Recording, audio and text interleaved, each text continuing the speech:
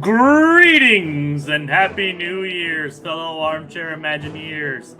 Jacob Wile here, welcoming you to 2023.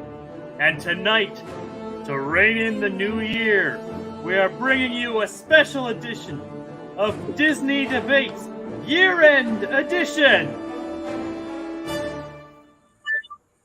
To celebrate the best and worst of 2022, we are here and look forward to what this year has to offer. We are here to celebrate. Today's carefully curated topics include the following. What was the best Disney movie of 2022? What was the worst episode of a 2022 Disney Plus series? And what 2023 Disney project should we anticipate the most?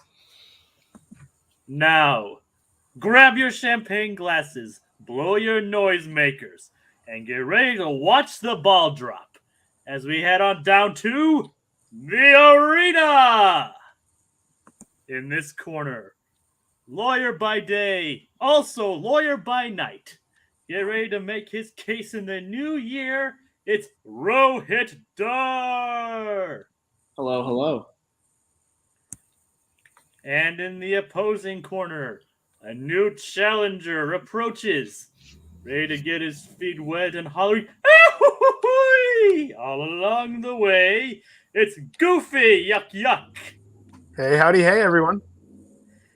Will the newcomer have what it takes to go up against a debate veteran and come out on top? Will Rohith's winning streak continue?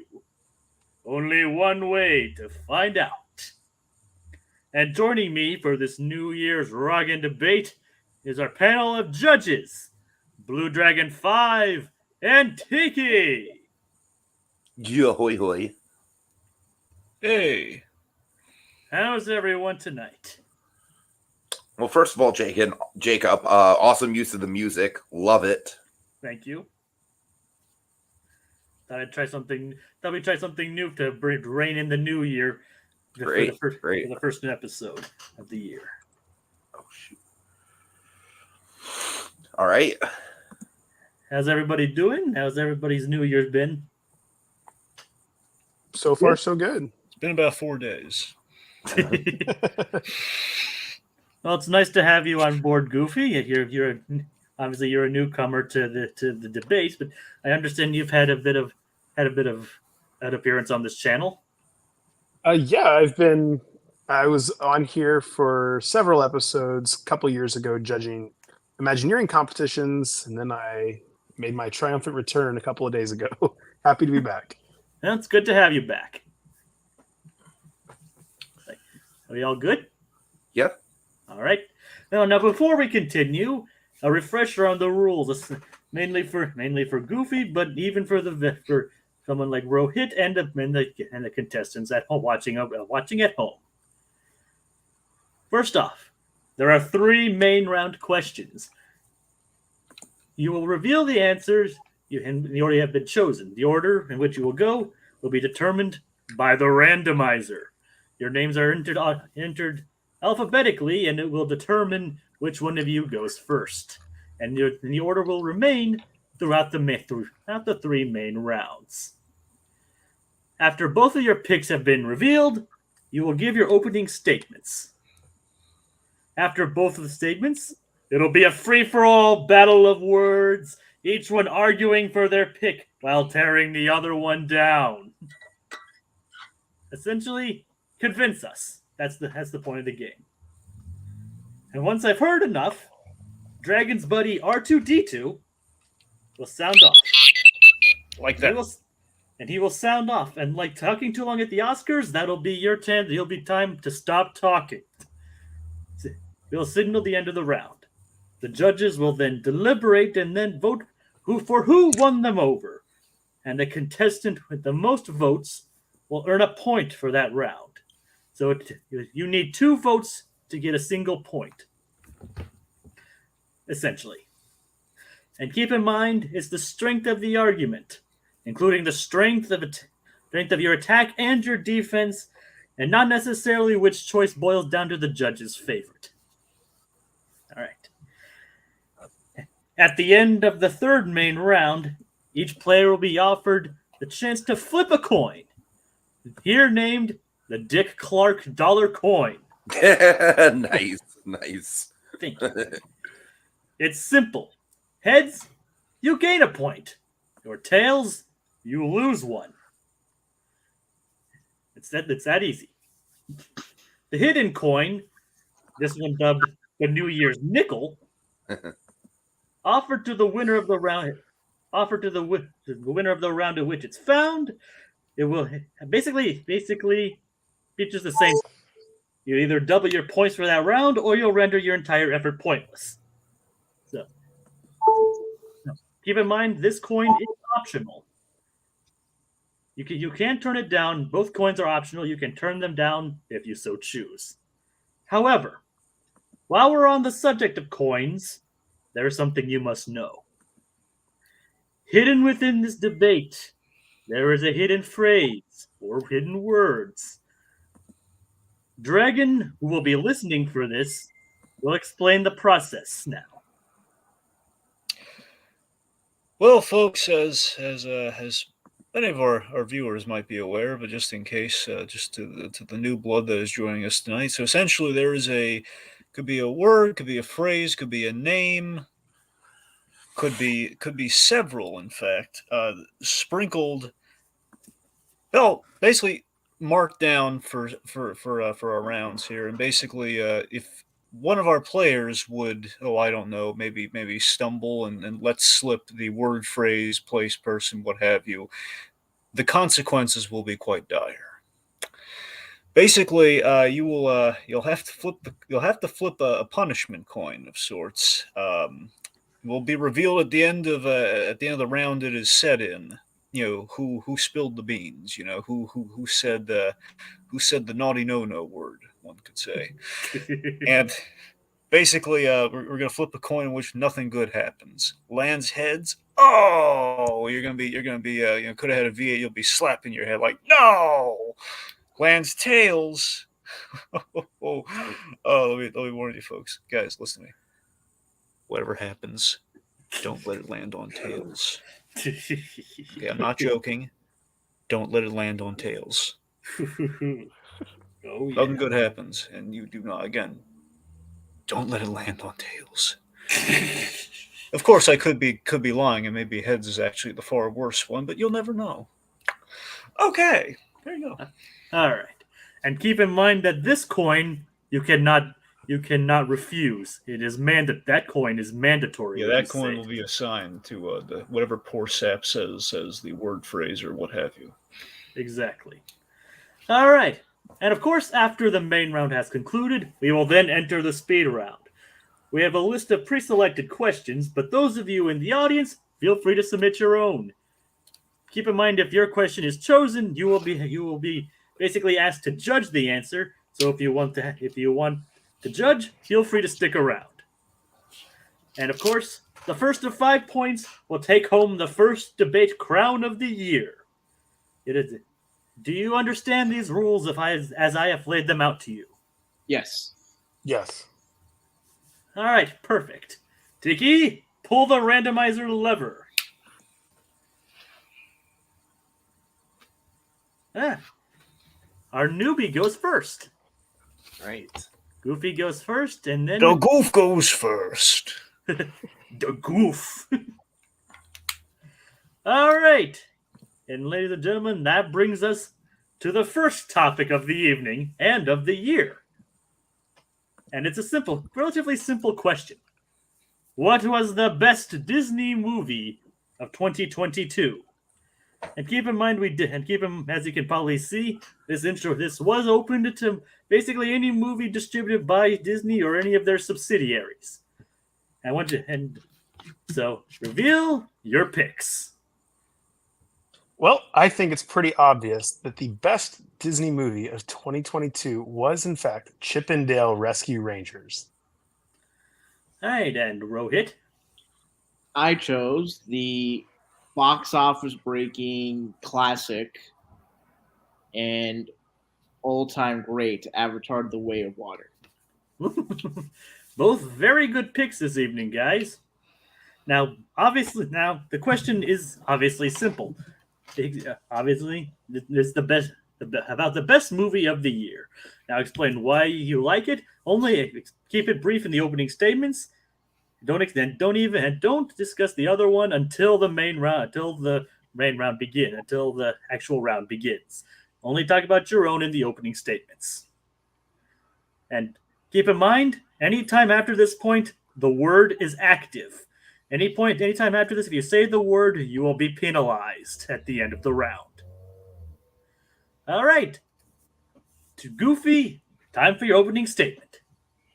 All right. I think that I came into watching Chip 'n Dale Rescue Rangers not with a lot of expectations. I'm younger than I'm too young to have seen the original animated series, and I was just interested in it because it looked funny. It has some actors that I like, and I was completely blown away by it. It's a hilarious movie. It has great effects. It has a really compelling story that I wasn't expecting. And it's a story about friendship, a story about a little bit of love, a little bit of mystery. I think it's a really well-rounded movie for everybody.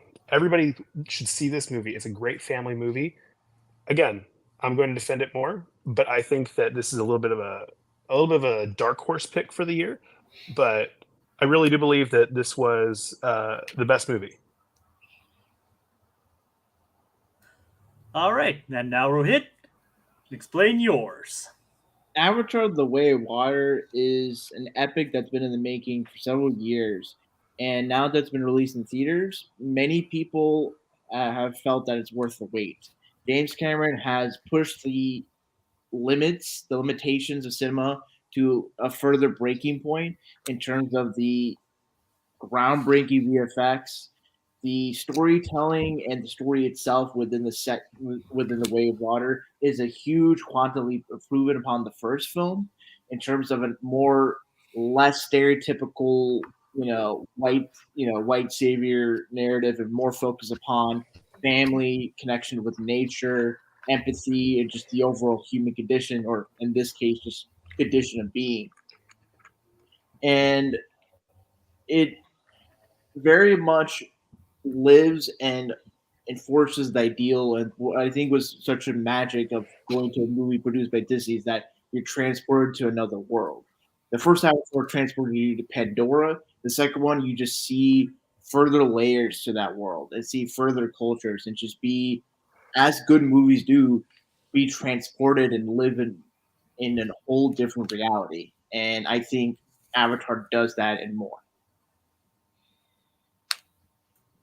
All right, guys, both of you have laid down their picks, and now it is time for them to duke it out.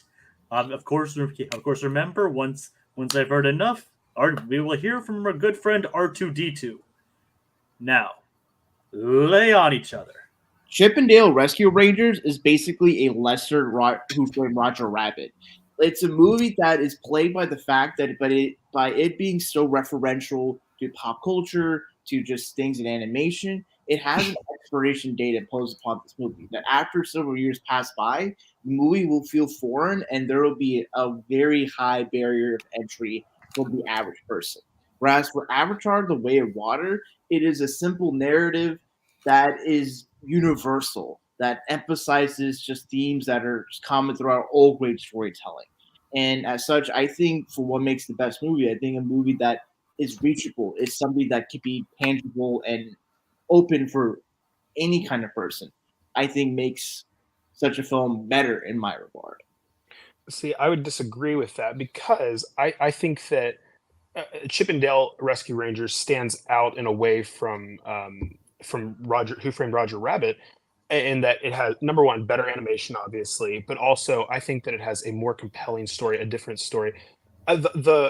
To me, it's not a question of in 10, 15 years from now, what are we going to look back and say the best movie with the longest lasting legacy is? Because to me, this is best movie of 2022. What movie that I've seen in 2022 would I go back to and continue to enjoy, continue to find new things in. But that's the thing that goes into my point, because if like for people that are into animation, they're into the spirit of pop culture, that Chip and Dale Rescue Rangers, it might be a fun time for them.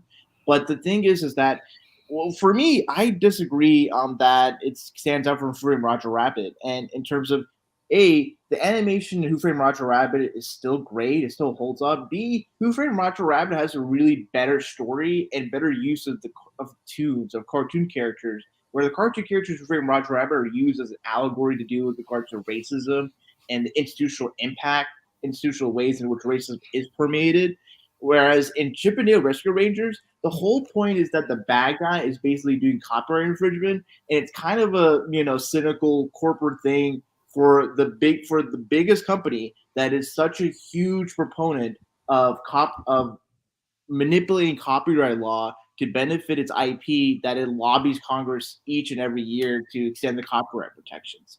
I think this movie is sort of doesn't really have as much of a horror or much of a sense of authenticity that I think Avatar or The Way of Water. Avatar: The Way of Water comes from James Cameron, who, whatever you say about him as a person, as a filmmaker, he has a commitment to pushing the boundaries of cinema, really pushing the boundaries of technology to show expression, to show visual detail, and show things that you couldn't imagine anywhere else. And with The Way of Water, you get exposed to a different culture. With the Mekani, you get to see all different kinds of unique animal designs, and the overall emphasis of family, of solidarity with one's tribe or one's people, the desire to look beyond sort of the surface and into one's soul.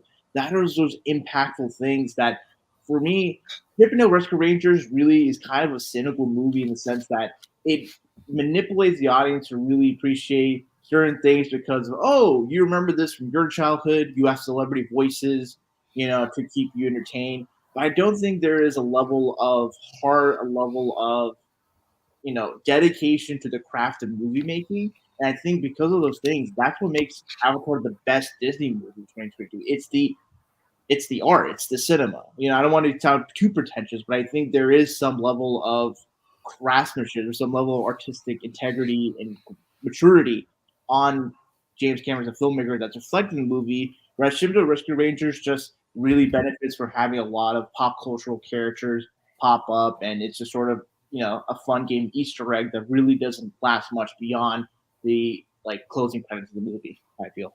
Okay, well, I think that there's 2 points that I want to make. The first is that I believe that the point of Chip and Dale Rescue Rangers wasn't to be some sort of serious thing made for the sake of art. It was made, in my opinion, to get laughs, to be self-referential, to be taken with a grain of salt. You think about the company that made it and the jokes that they're making.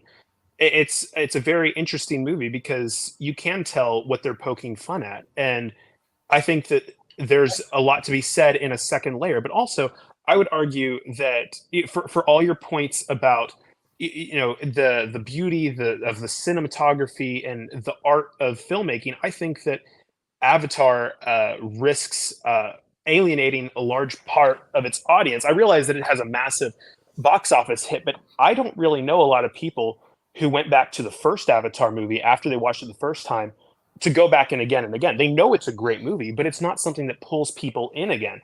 I think that the difference is that you have a wide variety of people who are interested in watching Rescue Rangers and will go back again and again because there are people who it reminds them of their childhood, as well as people who are into it as kids. That's the thing. Is Chip and Dale Rescue Rangers, there's a consistent core base of people that tracks to. But the thing is, if you don't have any understanding or knowledge of the pop culture of their references, what is there to latch onto? Because the thing is, that where people criticize Chris Pratt's voice acting in the Super Mario Brothers movie in the trailer specifically, I feel like Andy Samberg and John Mulaney, while their actors are really I think they're really phoning in and they're just playing themselves in chipmunk bodies. They're not really putting on a vocal performance. They're not acting as Chip and Dale, they're just acting themselves. They're just putting their personalities onto them.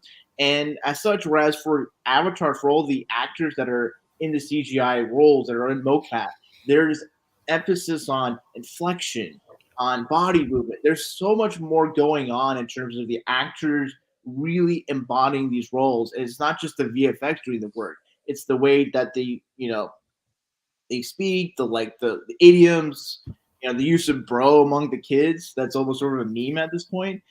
There's a level of individuality and a level of personality that I see within, say, the like Sully's kids. Whereas for the Chipmunks and for like all the other cartoon characters, there's just a lot of celebrity voices that if anything gets distracting. And if you watch this movie removed out of that context, you kind of just feel cold. You just feel like, all right, there's these things that like I feel like I have to look through a dictionary at the source. Whereas for Avatar, the greatness of a movie, I think there's about how does it invite the audience in? Does it bring people together and have a good time, have a communal experience? And Avatar, The Way of Water, when you see it in 3D, it is it is a cinematic theatrical experience. It is why people go to the theaters. Like Chip and Dale Rescue Rangers, it's a fun movie, but it's something you can just watch a streamer and forget about it.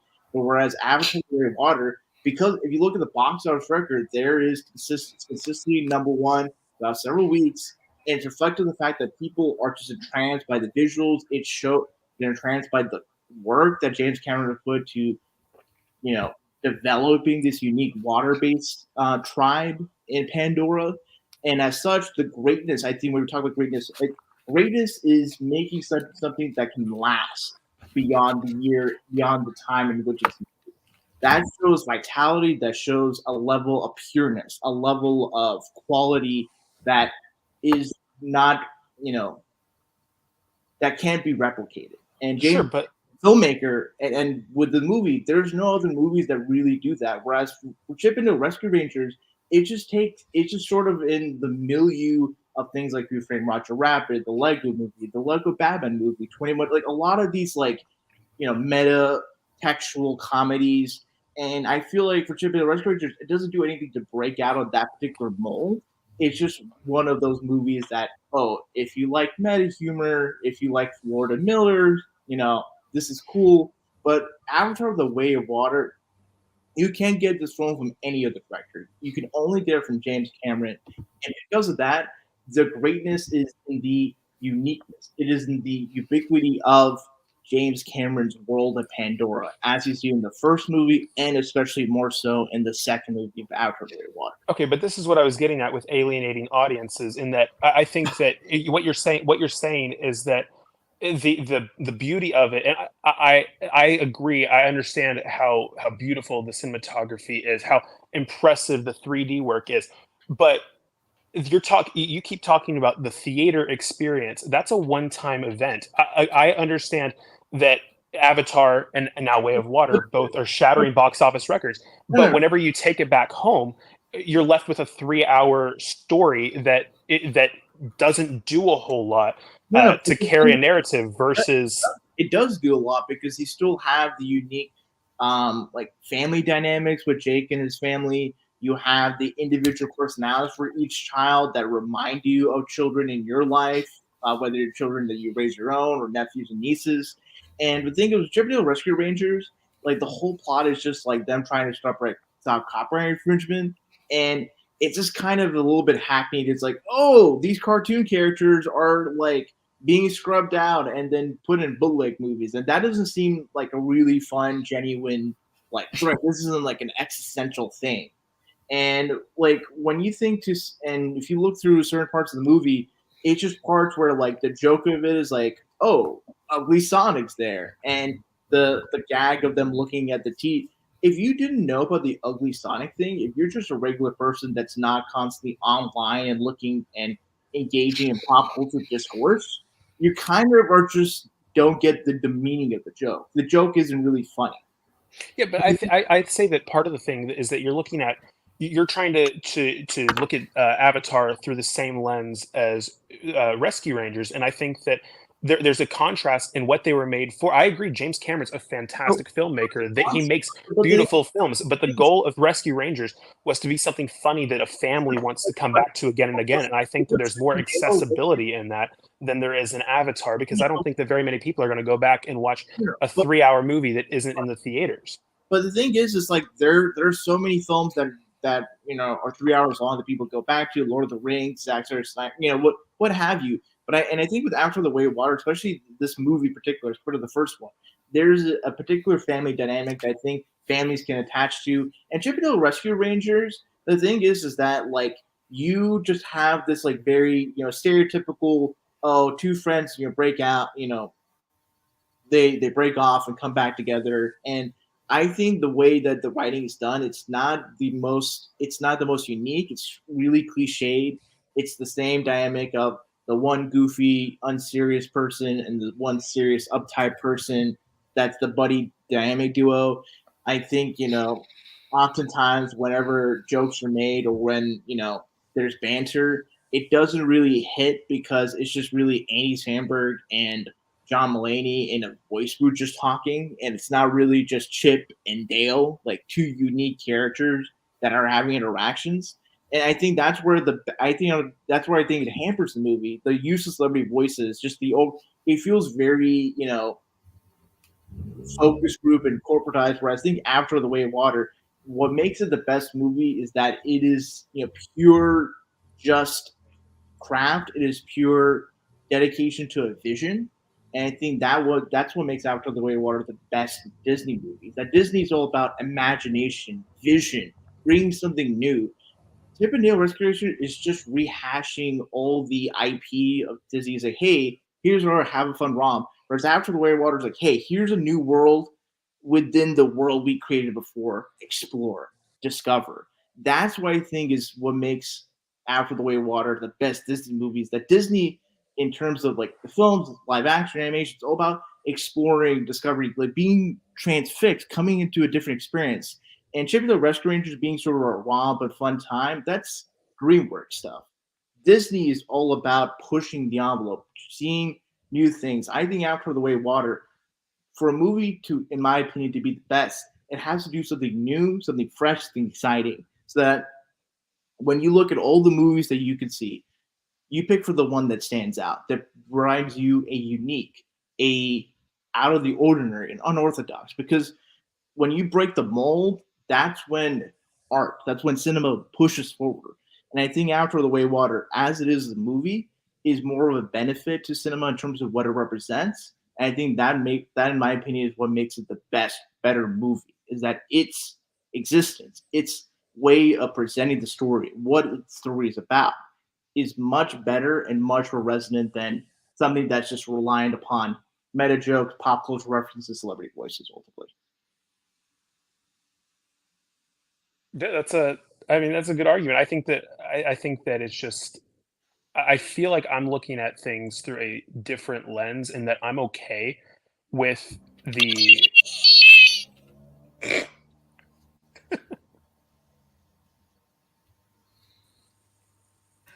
All right, and that was a good opening round, guys. And now the judges three will deliberate. Dickie, why don't you start us off? Yeah. So obviously, I feel like it's interesting because it's too, like, it's almost like polar opposites as far as what the movies are trying to accomplish. Goofy, I think you held your own quite well, but ultimately, I just think it was an uphill battle, and I would have to throw my vote to Rohith. All right, and Dragon. Oh, I'm sorry.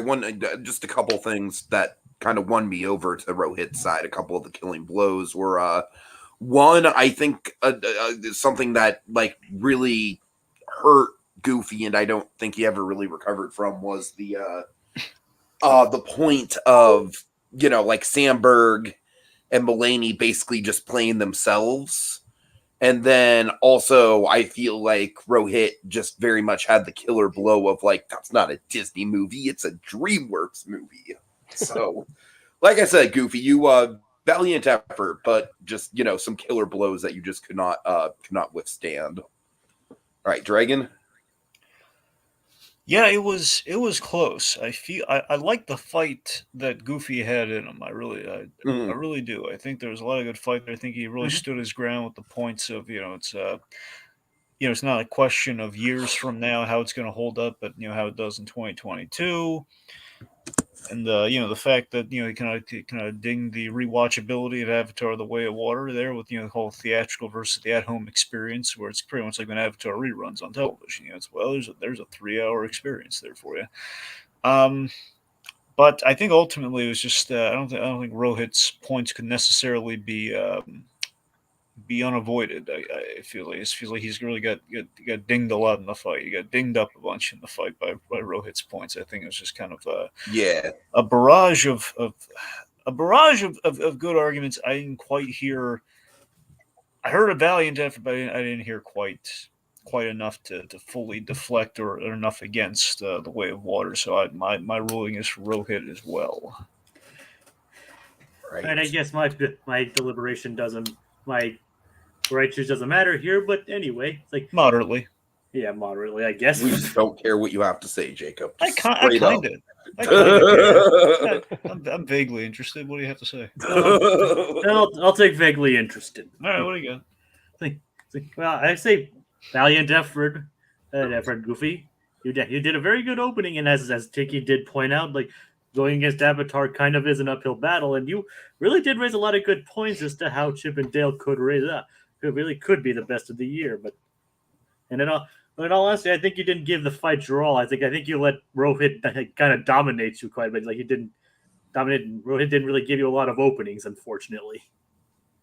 Yeah, that was another thing. Rohit definitely had a lot more ring time in this matchup for sure. It's kind of like Mike Tyson Punch Out. Right, exactly. Going forward, be sure to make yourself heard. Yeah, that's half the battle. It's like if you think he's overtaking you, be sure to overtake him. Mm-hmm. But considering the next two questions, I think you will have a better chance. But currently, as it stands, Rohit gets the first point of the round unanimously. All right. Right. Also, just want to shout out Theme Park Priest in the comments really quick. He says, interesting choices. I've seen like 0 Disney movies this year. We also have Ellie B in the comments. Hey there. All right. Okay, Jacob, was the word said? Actually, it's Dragon that's supposed to point that out. Oh, I'm sorry. My apologies. Yeah, Dragon, was the word said? Well, let me check. I'm going through the transcripts, and there's the beginning. No, that wasn't no. You're safe for now. And for now. And what's this right here next to me? I have this big jar of coins. Ooh. Oh my god. And right now I'm rooting for I could have sworn I put the coin on top here. It's like, did it fall to the bottom? Oh god, I just knocked it over. Well, guys, while I clean this up, you can move on to the next round. All right, really quick, I'm going to shout out Keeper Colby, aka Peregrine. He says, "Justice for Goofy. As a president of the Anti-Avatar fan club, we back you." Yeah, Peregrine. What do you like? Surprisingly, because he is the nature guy. That's like an argument for me. I know it's a hot take on his end. I think. What does he have against the Last Airbender? Yeah. All right. Ladies and gentlemen, Disney Plus had a lot of episodes this year. This is going to be interesting because it's 2 shows I did not watch. And the thing is, Disney Plus had a lot of episodes this year, and a lot of them they were very good. But we're not here to talk about that, because this question is, what is the worst episode of a 2022 Disney Plus series? I mean, this is pretty much self-explanatory. Obviously, take a show that aired on Disney Plus, and why is it the worst? Obviously, you'll explain why your episode is the worst, and then for the main round, it would be a good idea to target why their episode is better than yours. Goofy, what's your pick? I believe that the worst episode on Disney Plus this year was the finale of She-Hulk. Hey, Rohit. I believe the worst episode of a 2022 Disney Plus series is Part 4 of Obi-Wan Kenobi. All right, you guys know the parameters. You guys know how to argue. Now, fight it out. Well, you got to open Oh, it. the Dragon said something. What? Jacob, the opening statement. Hey, opening statements, right? Well, that's pretty much what I was saying. But Well, opening no, you statement. said fight it out. But... Yeah, I know. All right, I messed up, Dragon. all right, okay. Opening statements, and then go on. Goofy, you're up first. Am I first? I am first. Okay. Remember, the order remains the same throughout the main rounds. Okay. Okay.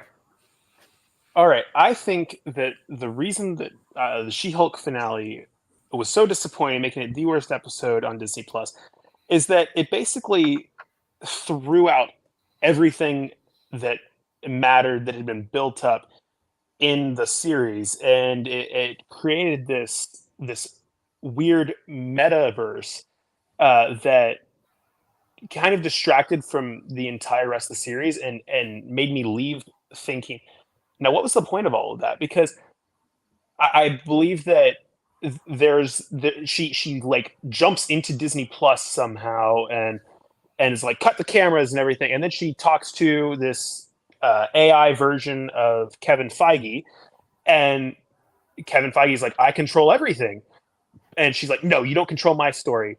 But like, there's definitely unbelievable elements in Marvel and things like that. But I think that it just kind of made the entire series feel like a weird joke at the end of it, because it was like there was no point to all of it. If at any point she could just jump into the app and change her story so she doesn't have any problems. And for me, that's what was such a disappointment, because I was really into the series throughout the entire thing, and then it felt like all the stakes, the whole point of it was all gone, and it was just a disappointing kind of joke. All right, Rohit. Obi-Wan Part 4 is, I think, in one word, is just lazy. The lighting in most shots in this episode are really not well lit. The choreography from Evan McGregor is not really tight. The overall just plot elements of just first off, Raven is not really having much dynamism in interrogating a little girl, and the part where it gets interesting is cut short. The lightsaber is just not well visualized. The episode ends with a death of a random character that the score is trying to make you feel some feelings for, but you really don't, because you don't really have much time to explore. And just overall, this episode just has bad pacing. And the fact that it's 30 minutes, when you really look at the entire plot, it's just Obi-Wan wakes up, goes to a base from a Star Wars game to save Leia, and one person dies, and there's a tracker on Leia's droid. That's it. And when you really look at sort of the plot details, there's not really progression of character. There's not really revelations. There's certain like, oh crap moments in the episode that really aren't sold well and kind of have some hidden, unintentional comedy to it. And I think as a result, the episode is in a nutshell indicative of just the waning quality of the show Obi-Wan, and just sort of reinforces the critiques that some people have about Disney-made productions, whether in film or TV, in the past few years, of just being, lazy, poorly shot. Just there's not a lot of effort, a lot of heart into the making of storytelling. All right, guys. Now you can fight it out. She-Hulk finale is the most representative, the most in tone with the rest of the She-Hulk episodes. She-Hulk as a character in the comics is metatextual, is breaks the fourth wall, and in Jennifer Walters as She-Hulk popping on the Disney Plus app and interacting with a robotic AI version of Kevin Feige, that is comedic moments that are in tone with the rest of the show and rest of the comics. And I just don't understand what if you're able to handle all the meta stuff beforehand. I don't know why you were just taken aback by this. If anything, this is the logical conclusion of the meta humor of She-Hulk's thing. And the point about, well, what was this for? She-Hulk as a show, I think people misunderstand what it is. She-Hulk is basically a slice of life, comedy with some, elements of legal trauma. So, stuff like Sex and the City, Ally McBeal, and all that stuff. And it keeps to its original premise, its sort of influences, and really sticks the landing. It doesn't try to go for the typical CGI fight. It actually points out the formula of it and does it in a way that's within the roots and with the essence of what makes the character interesting and long lasting in comics and in the MCU for the long term. So the interesting thing is that I didn't know anything about the comics coming into it, right? And I did think that the meta references, I liked those, like whenever it was like, oh, she's talking to the camera or whatever. I liked that. I think that there was just that the progression took a crazy leap forward. I don't have a problem, and to be honest, I was okay with them not doing another big CGI fight. I like that there was a different take on it. I just think the take was completely ridiculous because to me it made me like forget how I had felt about the character, how I'd felt about the show, because you're left with the question, like I said, of what are the stakes? There aren't any stakes because at any point she can just jump out into the app and talk to Kevin Feige. Well, the thing is, at the end of the episode, it's specific. Well, within the finale, it's stated specifically that this is a one-time thing, and the loophole that Jen Walters exploited won't be exploited again. So this is a one-time thing, and I think your people are taking too much of the meta breaking. They're overthinking it. The whole purpose of She-Hulk as a character in the comics, and just in this show especially, she is a tall green woman who is a lawyer who is poking fun at the tropes and conventions of the superhero genre. And, in some parts of the comics, she rips pages in half, she skips panels and such.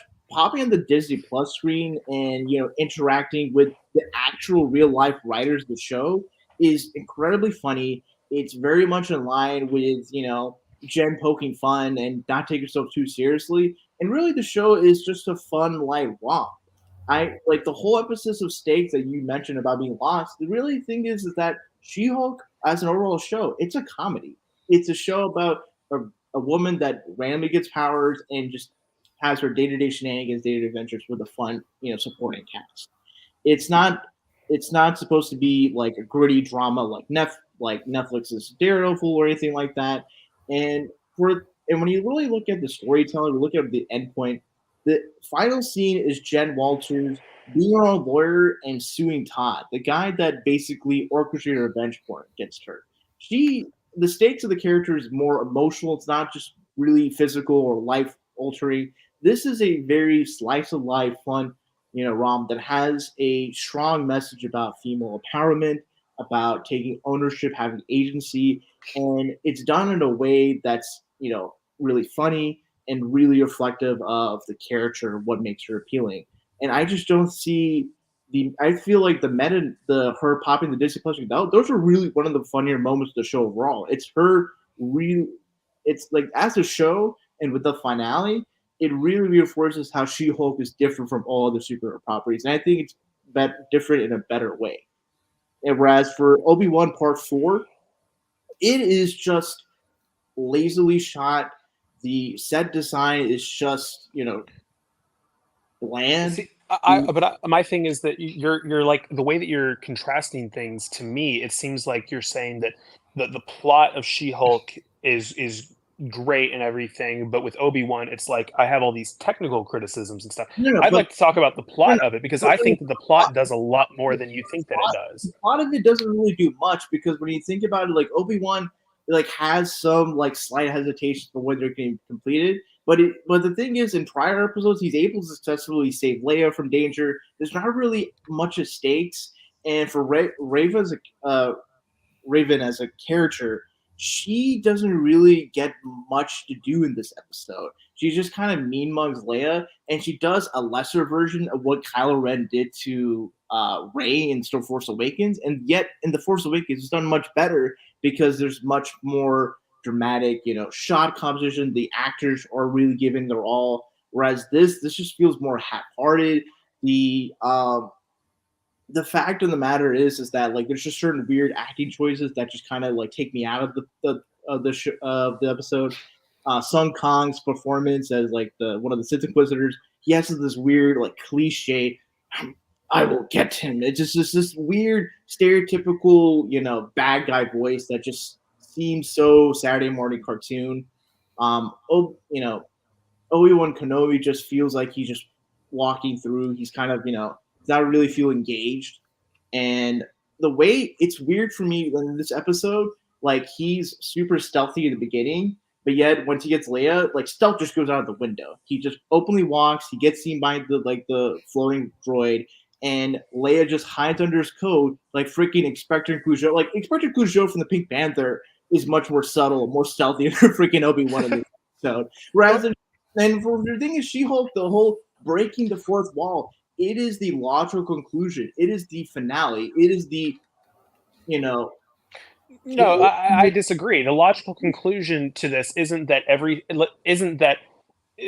everything that you're watching is controlled by some sort of artificial intelligence. I don't think that's logical conclusion at all. The logical conclusion is I'm talking about more about the meta humor, the gradual like leap forward in terms of how meta Jen is to the audience and towards the genre and towards the show as a whole. Sure, but the whole drive of her being meta, the whole end point is that her entire life up until this point has been controlled by artificial intelligence, which implies that everything else in the MCU is also controlled by artificial intelligence, which defeats the point of it to me. And a like a setup that's there to mine comedy, to mine some laughs, and ultimately I think you're taking too literally and not too just like thematically. The whole point is that Jen as a character is a person that makes her own rules. She gets to decide how she wants to live her life. And so with the whole robotic AI controlling everything, her basically editing the show and the season, it's her taking control, having some fun. And with the fact of bringing Daredevil in, with Charlie Cox's performance is great. Yeah, but that's not exclusive to the finale. My point is that there's this the whole point of her taking control is something that could have been done without what ended up happening. I want to come back though to Obi-Wan and say that I think that you're missing out, or you're glossing over, to me, some of the most important parts. And that there was a lot of character development that I thought happened for Obi-Wan, particularly in that he's finally seeing Anakin is beyond redemption whenever he goes into the fortress and Ambrosia. It's what I thought of when I saw this scene. I thought of like the scene in Hot Fuzz when Nicholas Angel's in the graveyard, or like where all the bodies are, and just the shots of like all the different like frozen people. That's what I was thinking of. Like the fact that Obi-Wan's distracted and thus, is kind of slow or not, being prompted up to save Leia as she's screaming, as she's about to be tortured. It's crazy to me that this episode, like the part that gets interesting between Revan and Leia, like when she's about to torture Leia, like gets stopped immediately. It doesn't, like, I feel like Revan could have been more scary, much more threatening of a character if like she was able to torture. I don't know how you could do it like physical, like saws and all that, but you could have done a little psychological. You could have done some. You could have gone to a dark place, and I feel like this episode kind of went down. And the fact that this episode's like only 30 minutes, it's so badly paced. There's not a sense of urgency. There's not a sense of like, more momentum. Like, I think that the whole point though is that it's Obi-Wan's development. You got to think that also he didn't know. No. Here. He doesn't know what's happening to Leia. All he knows is that Leia was kidnapped, and to his knowledge, she's being tortured by evil Sith people. He does not know the extent of that torture. And I think that whenever you also think about the fact that he's just found out that Anakin is alive, and then he sees how far he's gone. Whatever concerns he has, he doesn't vocalize it. And what I don't appreciate about this episode is that there is a lot of tell and not show, with both Revan's like accounting for past, and with the one character, Conan, where he talks about his wife. there's just a lot of telling and not showing. There's not opportunities to do, like, when characters are displaying emotion, it's really not done cinematically. It's not done through physical expression. It's just a lot of like, oh, I'm telling what I'm feeling, and I just feel like that is such lazy, middling, writing and direction. Whereas with She-Hulk's finale, you really just are just hung up on just like the implications, the metatextualness, and not really the fact about She-Hulk as a character is like pushing the envelope and really, taking ownership of a narrative, ownership of a story. And that's sort of the main arc. That is the main conclusion. That is the main point, is that, Jennifer Walters maybe has superpowers, but whatever she decides to do as a superhero, as a lawyer, that's on her terms. And that's kind of what the whole finale is in terms of rewriting things. It's her deciding what she wants to do. And I feel like that's more emblematic of the core of the show, whereas this episode reflects sort of the veiny quality of Obi-Wan. It reflects sort of the, we just wanted to bring Evan McGregor back as Obi-Wan, but didn't really do much with it. And moments of opportunities where you could go into dark places, go to really, it's kind of just, it just stops at surface and doesn't do it anymore. And you just see moments where, like, Obi-Wan will swing out a lightsaber. That's not as well usually done as like how lightsabers are shown in like other Disney Star Wars stuff. Like, it looks more like a glow stick than like an actual like source of like light, like how lightsabers should be shown. And the choreography is just kind of, meh. The whole like when Obi-Wan's trying to stop like glass imploding, it's literally just taking stuff from like Star Wars Jedi Fallen Order, excuse me, where there is a sequence where water's breaking out, leaking out, and the person's holding it by the Force. But in that game, it's much better done in terms of direction, in terms of music. You have Darth Vader there in the game, and it's just him stopping a bunch of stormtroopers, and Obi-Wan, through being having armor, conveniently escapes out of like the water-filled room, and the doors shut closed. Well, I think the whole thing though is that it's supposed.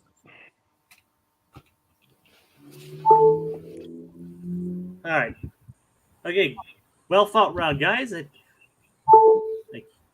I've time for deliberation, and I will actually cast the first vote this time. I will say, for Goofy, you actually did much better this time around. I think you laid a lot of good points. Rohith, I liked your option too. But in this point, I'm actually going to give my point to Goofy. I think he raised a lot more, with some very succinct points and everything, and I think he laid his argument a lot better. Tiki or Dragon? Let Dragon goes first. You want me to go first? Yes. All right. It was an interesting round. I'm kind of seeing a bit of a pattern. I'm also kind of intrigued by a pattern that has kind of been brought up in the comments. But I'm getting a sense that Rohith, he has just a very indomitable offense where I think it took a little while to warm up, but Goofy's basically, it feels like Goofy's more defensive, where Rohith's more with the offense here, and I think again it's just kind of like almost an unstoppable offense I saw here, and so odd because the offense in this case was defense for the other person's selection, just with the way this works with a worst question. So I'm saying Rohith again. So it's Tiki's the tiebreaker on this one. Yeah. I'm sorry, Goofy. I'm sorry. You're my bro. We're doing So You Want to Be an Imagineer together. He's not your bro. Not here. Not in this room. I think you got destroyed this round, personally. I'm sorry. I'm sorry. Honestly, this round was kind of a mess for me personally. I don't mean to like shoot down your confidence after Jacob was being nice, but I was being honest, not nice. I know. I'm just gonna start crying now. Okay, but first of all, I feel like you guys spent entirely too long, and this kind of goes for both of you, honestly, entirely too long on the whole semantics of like, well, She-Hulk, it's the point to break the fourth wall. Well, yeah, but I couldn't fall like that. Oh my God, at a certain point, I was like, get on with it. Once it got into the Obi-Wan stuff, it definitely got a little bit more interesting as far as the debate goes, for sure. But yeah, I definitely agree with Dragon. I think that and Space, I will argue Space in the comments, like I feel like this is all fair game. I feel like, like Rohith, his strategy right now is pretty clearly to just not let Goofy get a word in. But Goofy, seriously, I'm sorry, but there was a moment here where like you were starting to make a point about like, well, let me tell you, why there's actually a lot of stuff, a lot of good thematic stuff in the Obi-Wan episode. And then Rohith just interrupts you and just goes on a tear. And I'm sorry, Goofy, but you sat there and just quietly took it, and like you didn't even attempt to get the ball back from Rohith. Like it was like Rohith was like bullying you in that moment almost. Goofy, when like, he does that, you gotta get angry. Son. Yeah, you man, gotta step on his foot because like cut him you to were ribbons. literally about to make a point, and then Rohith was like, "No, I'm just gonna shut your point down before you even start to make it." So, and unfortunately, I'm not allowed to intervene. But yeah, I was actually tempted to like unmute myself and say, "Rohith, let him speak." I mean, but yes, I feel like it is a little bit of a gray area, but at the end of the day, I feel like it is kind of, we always sort of view these debates as boxing matches, and I think Rohith was using a lot of offense. So when that SOB starts that, lays that stuff upon your feet, you got to step on his foot and cut him the ribbons until he's tangled in the rope, sucker. Yes, essentially, don't just take it, fight back. Yeah. If you're going to make a point, basically demand to him that you let him hear you. Laser dude. That's I'll say this, Goofy. You are actually a good debate. It's just more like I think I'm kind of mentally just thinking I'm going up against Laser dude, so I kind of have to like be on the. I'm sorry. You're good. You're good. I mean, clearly it's working out for you so far, Rohith. Because so it far is. You just got. I feel like I feel. I'm sorry, Spaceman. I probably should just like let. I'll for the third debate, I'm going to be a little bit more, Yeah, like there's no need to take it easy. I mean, this is a debate forged in fire. I mean, especially if Goofy's going to come back, it might be good. It might be good for him. And besides, we still have the speed. We still have one more main question, and then the speed round, and everything could turn around there. That's what turns the tables every time. So keep that in mind, Goofy. Like, fight back. Don't be afraid to use your words. Remember, this is a battle to the death. Punch him in his perfect teeth. So don't be afraid to like get angry, get mad, clench your fist, grind your teeth, do whatever you can. Hit him like you killed your parents. All right. Let's go that That's just a whole other level. Dragon, are you feeling okay? Well, I was going for a Civil War thing. It's like Dragon's really wanting to hit somebody right now. I feel like me being like on the offense, I was kind of like traumatized, but I think one of you guys mentioned about I was on the offensive for the debate between Miracle 34th Street and Arthur Christmas. So I was like, okay, I gotta like get on. The most intense debate, last debate, was about the gingerbread house. Yeah. Oh my God. Yes. I mean, seriously. Talk about the way the cookie crumbles. My God.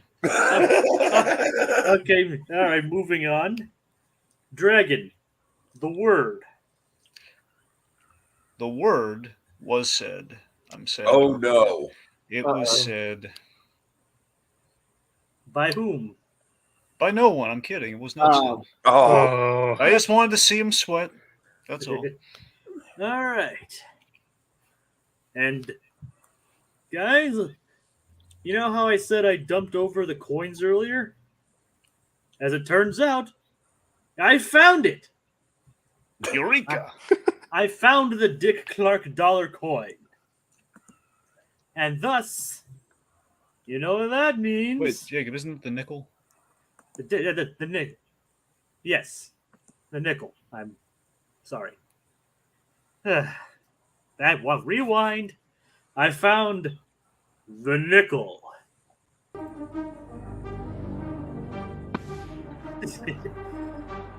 And of course, it goes to the winner of the round. And Rohith, will you flip the coin? you feeling lucky? No.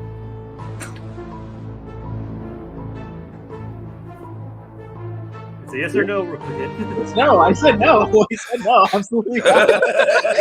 Sorry, I did. Okay, Are you sorry. absolutely sure? You know, after a while, Rohit, after we do like the whole song and dance, we got like dramatic music and everything. And you just no. I didn't. All right. No, then. Okay. Okay. Okay. That takes was care. glorious. All right. So you're not gonna take your chances then. So much for Rhodey's choice. All right. But that leaves us to the next and final question of the main round. What 2023 Disney project should we anticipate the most? Bum bum bum. Bum bum bum. Now this one is again kind of self-explanatory, but and it was open to pretty much any Disney project, be it movies, theme parks, TV shows, anything. And now what your goals are to tell us why your pick should be the one we should look forward to the most, and why the other one we should not be looked forward to. All right, Goofy. I like how you said that not like Tommy Wiseau. I did not. I did not hit, or I did not. Oh, hi, Mark. You should not see the Haunted Mansion. Hello, doggy. Hello, doggy. All right, Goofy, your pick. I think that the most exciting movie that's going to come out in 2023 has to be The Haunted Mansion. All right, and Rohit. I believe the 2023 Disney project that we should all anticipate at this point in time is James Gunn's Guardians of the Galaxy Volume 3. All right. Remember what I have said.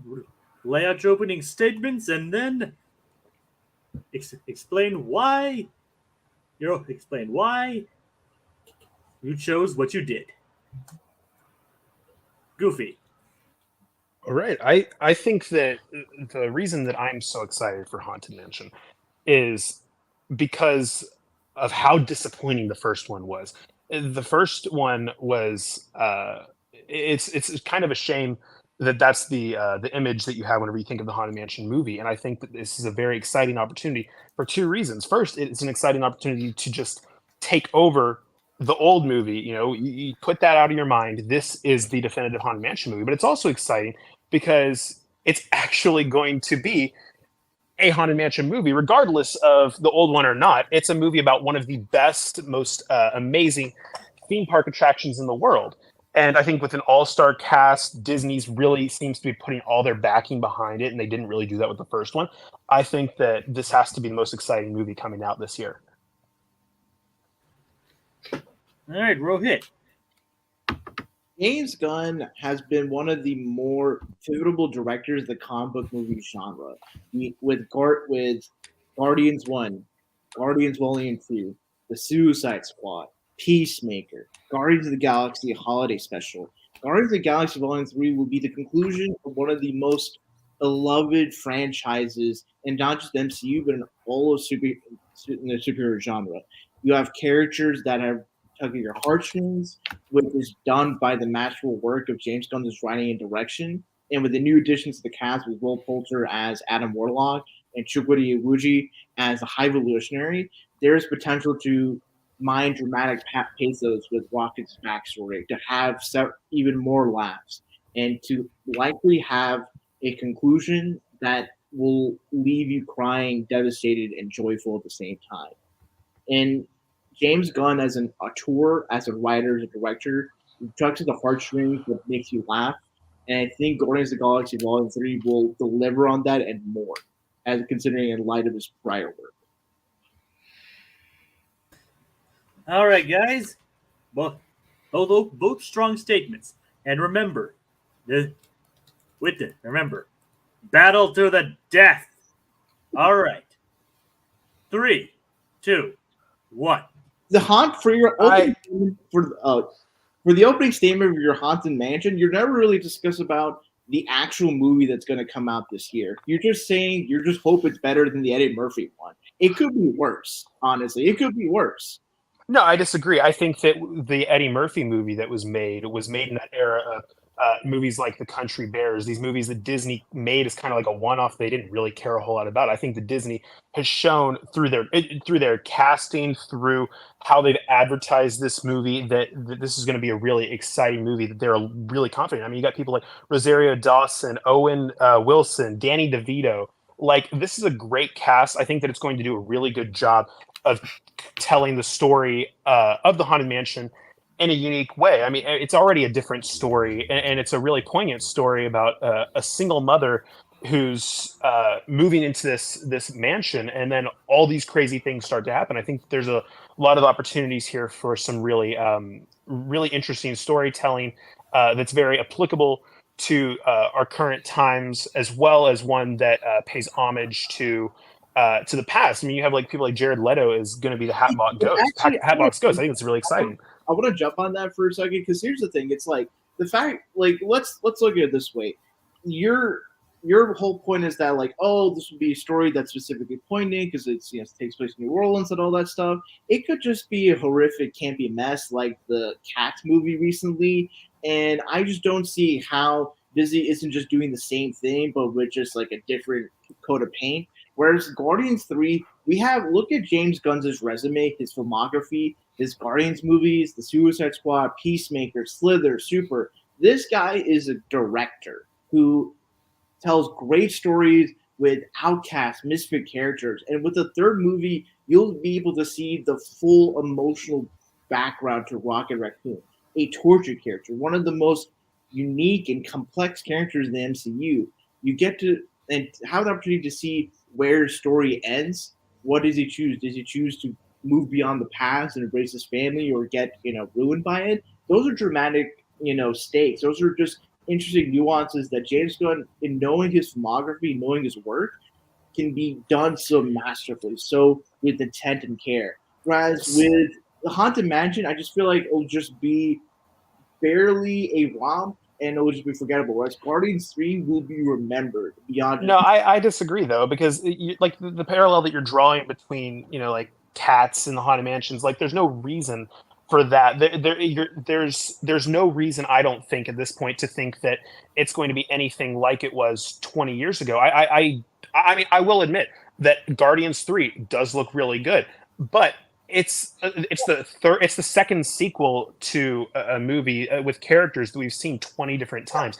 I don't think there are new stories to be told, but there is also a lot of repetitiveness. And whenever I think about the MCU, I think about movies recently that have disappointed despite high expectations. And I know that James Gunn's affiliated, but I will say that it still seems like it has a lot more to prove.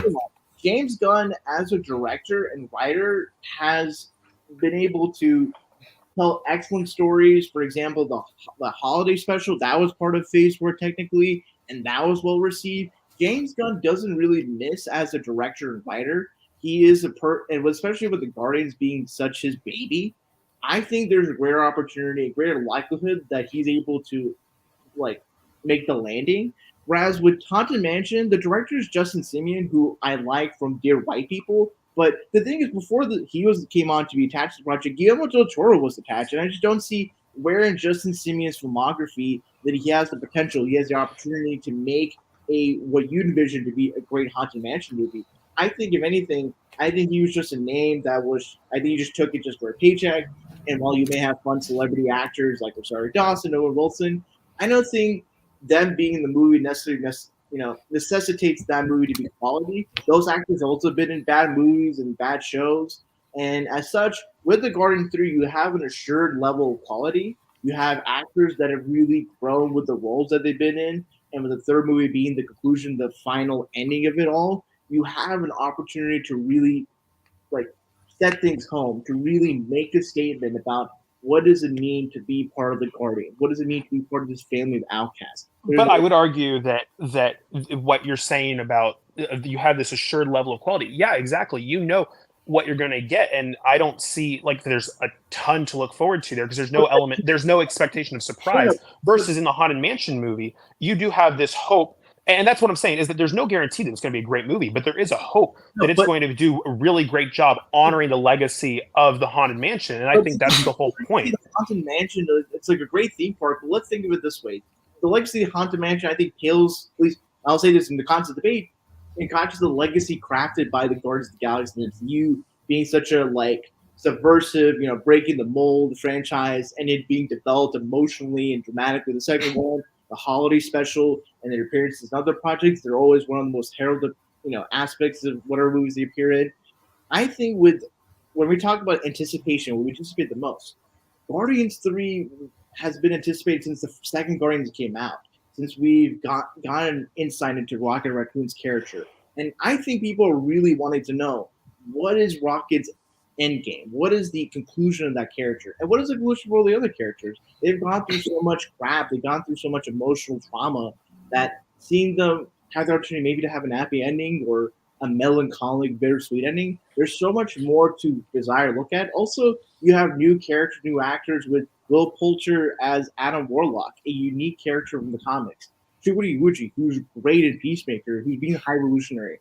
A villain who's had a significant impact on Rocket's emotional development. Seeing him being like an evil Dr. Moreau and just messing and terrorizing the Guardians, I think can be the source of great drama, the source of great black comedy. And as such, all those things can make one really anticipate and be one of the most heralded. If you look at, say, Fandango fan polls, Guardians Galaxy 3 is consistently one of the most anticipated films of the year. Haunted Mansion, I don't think he's I forgot that a Haunted Mansion was coming out this year until it was mentioned for the context of the debate. There's really not much great marketing. There's really not like the fact that the trailer for Guardians come out, it has like 25 million views. Clearly, the anticipation level is high, the quality level is high in prior entries, and thus the anticipation level is higher because we know what we've liked, and we're hoping to like this one, if not better than the prior entries. Whereas the Haunted Mansion, movie, I think that really lowers and kind of dampens the success level, and there's no guarantee. No, I disagree. I think that we have to look at this as a different a way. It's not so much like what is the general public thinking is the most anticipated movie, because you can easily look and see what has the most trailer views. It's about what should be based on where we come from as Disney fans, and I think that the Haunted Mansion, this is a movie that's been anticipated for me personally since I saw the first Haunted Mansion movie, and how disappointing that was. Since I saw Pirates of the Caribbean and saw how great a movie that's based on an attraction can be. Hold on, just like if you're bringing up the whole Disney thing, let's think of it this way: Guardians of the Galaxy is a group of outcasts coming in together into a found family, about nurturement, about growing past trauma. That is well within the DNA of Disney. Sure, I'm not arguing that it isn't. I think that it's still a great story. I'm just saying that I think that there's a lot of anticipation there with Haunted Mansion. No, because the thing is, let's think of it this way. It's like anticipating for the Haunted Mansion movie that comes out this year. It's like anticipating for like new iteration of Pirates of the Caribbean, new iteration of like Race to Space Mountain. It's a new film. The thing is, there's not really a great guarantee of success with movies that are taken from theme parks. It's like the exceptions prove the rule. Whereas with Guardians, because of its proven cachet, we should anticipate it the most because James Gunn has proven to be a credible filmmaker and auteur that like does unique, interesting things within a genre that people can often criticize for being stale and like stagnant as the comic book movie super genre. And as such, there's more to anticipate in terms of what he's going to do. How is he going to end this? How is he going to transition? What is it going to be the new chapter of the Guardians? If there's a new chapter. Well, to me, I think that the anticipation should come from the hope of what can be, not so much like you're coming at it and saying that, oh, well, the Haunted Mansion's going to be bad because the first one was bad. Well, I would prefer to come in with the anticipation and the hope that, like, that's why I'm excited. I'm anticipating that this is going to be a movie that I'm excited for versus anticipating that, oh, I'm going to see another version of Guardians of the Galaxy that's pretty much the same as the first two with a slightly different story. It's good. I hope it doesn't suck. Anticipation should be about excitement. Should be about desire. Should be about wonder, joy. what you're describing, the way you're characterizing, it's not really you're excited. You're in love in wanting to see the Haunted Mansion. You're not really excited about why the specific director that's attached is going to make this a great movie. Why the specific actors are going to make this a great movie. I can point to the fact that Chris Pratt, Paul Clemente, Dave Bautista, Bradley Cooper voicing Rocket Raccoon, Vin Diesel voicing Groot, Karen Gillan, Zoe Saldana, Will Poulter, Chubudi Wuji. These are actors who have done so well in their respective roles or just in other movies and shows that I'm excited and anticipating how they interact, how they act in light of the fact this is the last one. And see, I'm excited. I'm excited to see the story of the Haunted Mansion properly told in film. This is something that's been waiting for 60 plus years. The fact that this is the ending of a franchise, the ending of a family, both in front of the camera and behind the camera, that has to make you want to see this movie. That has to make you want, what is it that made these people so emphatic to visibly cry in front of the public at San Diego Comic-Con that this is a bittersweet thing. I think when we talk about anticipation, we're talking about what do I want to see. The Haunted Mansion is not something that people would really want to see, generally speaking. Now, and when you're describing all this hope and desire, you're just oh man, I hope I fit in this suit, or oh, I hope I get into so and so class. Anticipation is oh, I'm excited to watch this movie. I'm excited to go. I disagree. I think that I am excited to watch Haunted Mansion. I think people that are Parks fans should be excited to watch Haunted Mansion because it's a story from the 1960s that deserves to be told. Dawson, with Owen Wilson, with Danny DeVito. I mean, and you think about Jared Leto. Jared Leto's been in bad movies like Morbius, House of Gucci. I don't think Jared Leto being in this movie is really a good sign in my view. Whereas I think in the cast here, there's no one that's a dud. There's no one that's a problematic person or an issue. All these actors are really. But that's not something you should be thinking about whenever you do actually watch the movie. It's not so much oh, Jared Leto's done some bad stuff in the past. It's I want to see them on the screen. Jared Leto's been in bad movies. I'm really anticipating to want to watch a movie with him in it, considering his track record. Track record is important because it determines the rocket, the engine of anticipation. All right, I just gotta say that's the best fought round so far, guys. Equal. Yeah, that was definitely a major improvement, guys. Awesome. All right, for the final round, Dragon, you deliberate first. All right. Well, I got to admit, so first off, major improvement from Goofy this round, I must say. Very, very well fought, and I think he raised all the proper questions. I think took him a great deal further than he had in the other two rounds. However, I got to admit,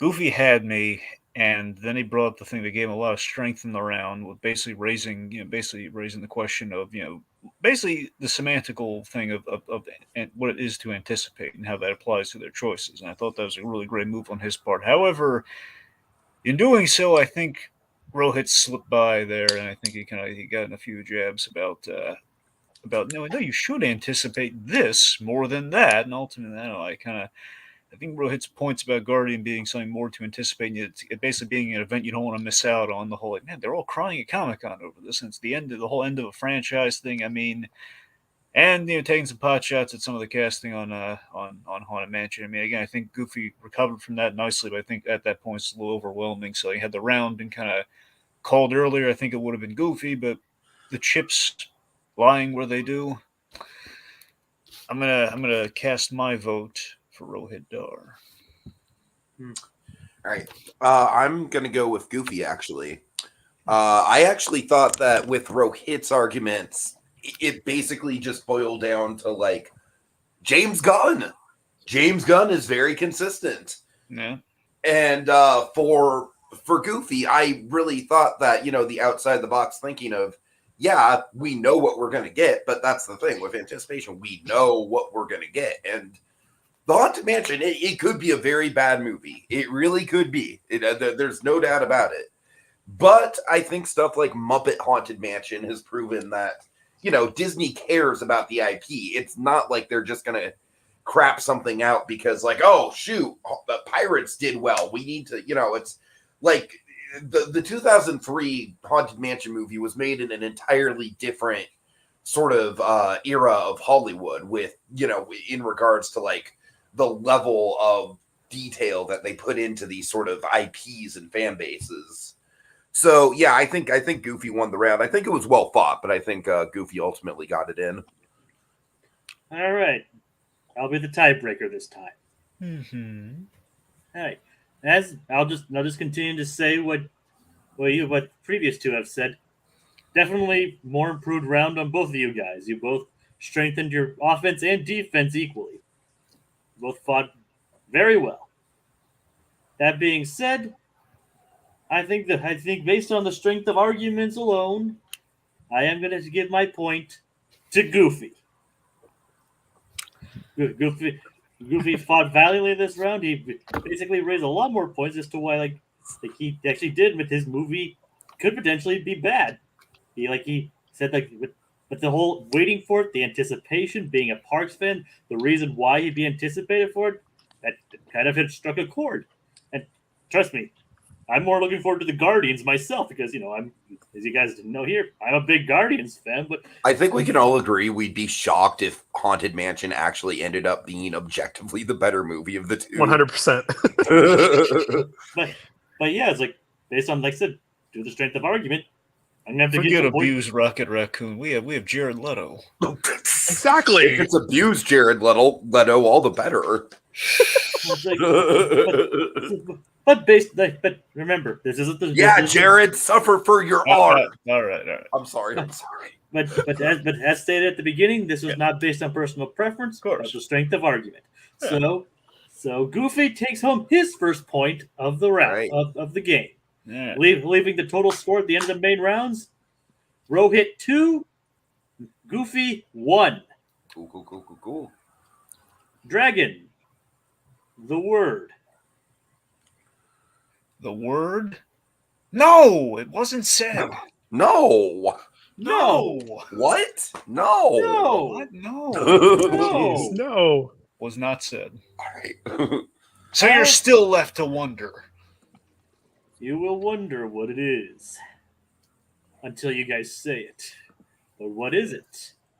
But of course, first, Sneaky Jacob and I can say until we're blue in the face, but you don't know what that is. Yes. But there is something we must take care of first. The Dick Clark dollar coin. Yeah, Clarky. All right. Goofy. Since you went first, Music, and you Jacob? won. What? Music. Wait, what? Jacob, would you like to play music, or you want to just not get our hopes up like last time? All right, I'll play music. Sorry. You don't have to. I just like it. I don't know. All right, the music. Goofy. Since you went first and you won that round, would you like to risk the chances to add a single point to your round or potentially lose? I feel pretty good about my performance. I think I'm going to be okay going into the next round, so I'm going to say no. All right, he says no. Rohith, you have 2 points. Will you take the plunge? I concur with Goofy. I choose to use the point. All right. Again, I'm so glad we went all that with our effects. Should we even have a coin at this point, guys? Maybe we should install a mandatory, one of you has to take the coin eventually. Ooh, I actually like that. Well, we already have that with the penalty thing. I mean, it really should be whoever wins the last round or in a particular round has to take the coin. Yeah, I mean that could create Something its own, like that. I mean that could create its own problem. Yeah, that could create that has its own share of problems that we'll work out at a later date. But as you guys can see, based on the text on the screen, that means it is time. Wait. Don't you want to see what would have happened had one of them flipped it? All right, let's see what could have happened. Let's just see what would have happened. Oh God. Okay. I'd flip the coin. All right, Goofy, this would have been you. Ooh. Oh, Goofy made a smart choice. Now let's see what right. happened. Let's see what happened to Rohith. Basically, could have happened if Goofy had passed. And Yeah, Rohith Rohit Hey. would have gotten a point. Would have been up 3-1. was 3-0. That's true. True. If they had both flipped. True. All right, Okay. dude. I'd keep the coin. Keep the coin ticking I because know, we might I need know. it. I know. As you can see, based on the text on the screen, that means it is time for the speed round. Yeah, we would have played Daft Punk right now. We don't have the rights to it. Yeah, we're using royalty-free music. Yeah. So, Dragon, should we start off with our traditional question? Well, do you want to reaffirm how the speed round works, Jacob? Okay, I guess that's a fair point. I guess that is fair. Yeah.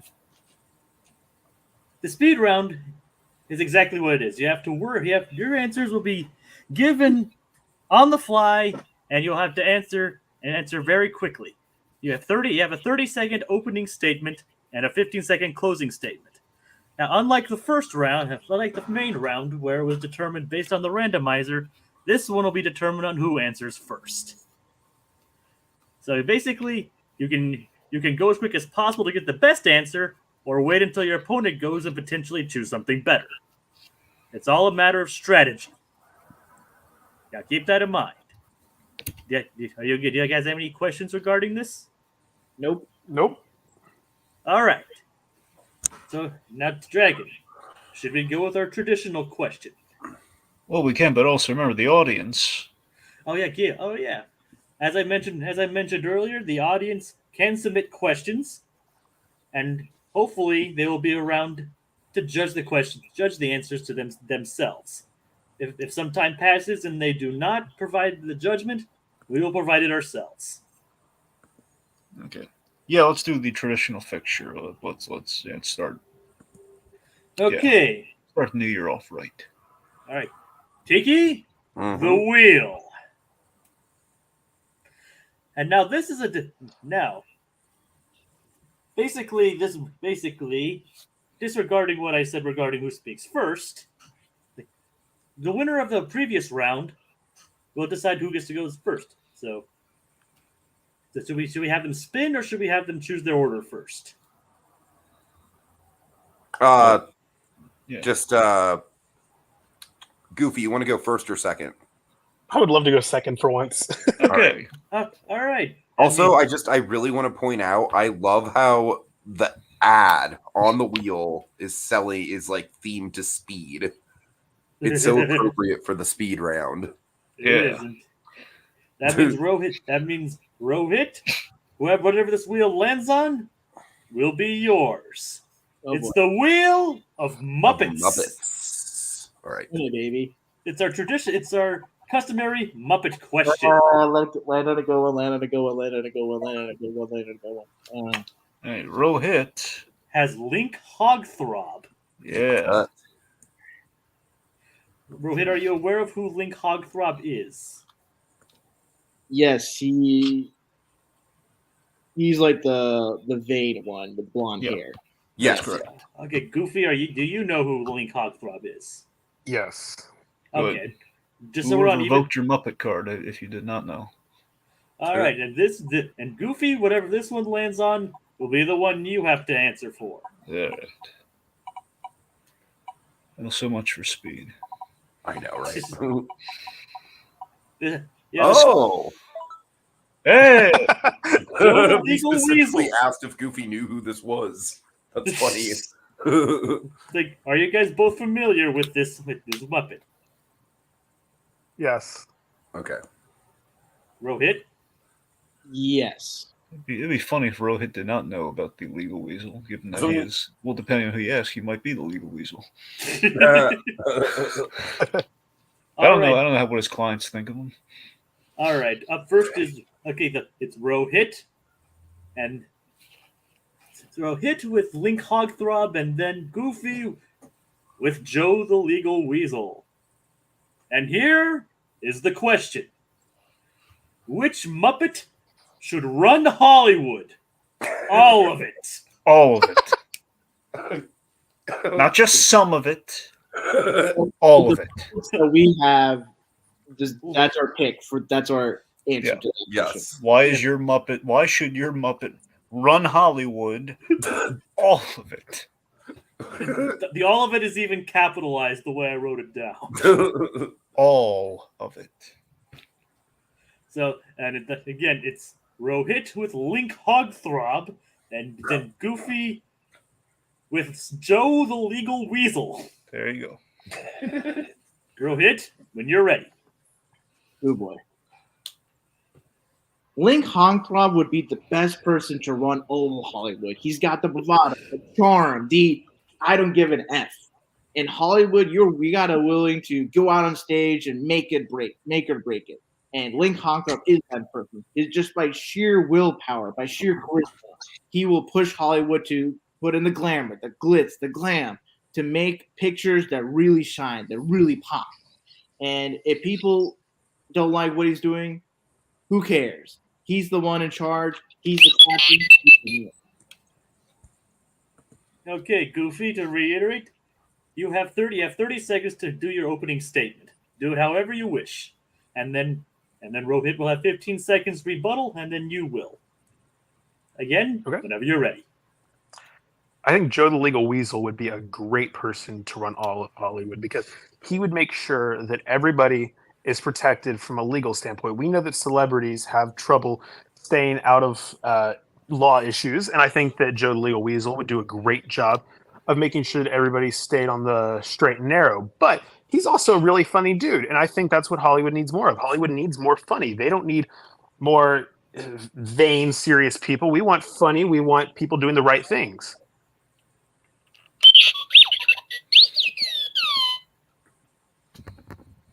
As a lawyer myself, lawyers don't often make the great leaders, and for great leadership, you need someone that has vision, that has style, that's panache. And Link Hogthrob has it in spades, and you need that in Hollywood. You need someone to push the envelope, move things forward. Joe the Weasel doesn't do anything special. I don't think that Link Hogthrob would be a great pick because he's really vain. He's so full of himself. I don't think that he would let anybody have any roles in Hollywood outside of him. But also, he's not very smart. I don't think that you want him running a business as large as the movie industry in Hollywood.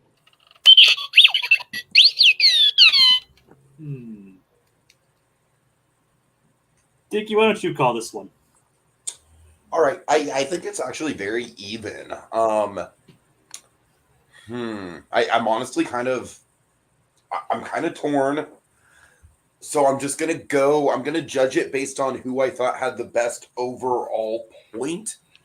And I really liked the point about Joe the Legal Weasel actually being a guy with a sense of humor in addition to the legal stuff. So because of that, I'm going to give it to Goofy. All right. It's time. But it was really cool. It was really close, though. Seriously, that was pretty neck and neck. That brings it to 2-2. Yeah, that really Right. is neck and neck. Yeah. So, Dragon, what kind of question do you think we should go with next? Well, let's see. Of course, we have many subsects here. We got some Star Wars, we got some Pixar, we got some Disney, And some quick draws. Of course, we got a quick draw. We have something topical. We got some Marvel. I wouldn't be opposed to a Star Wars question. Should we? Honestly.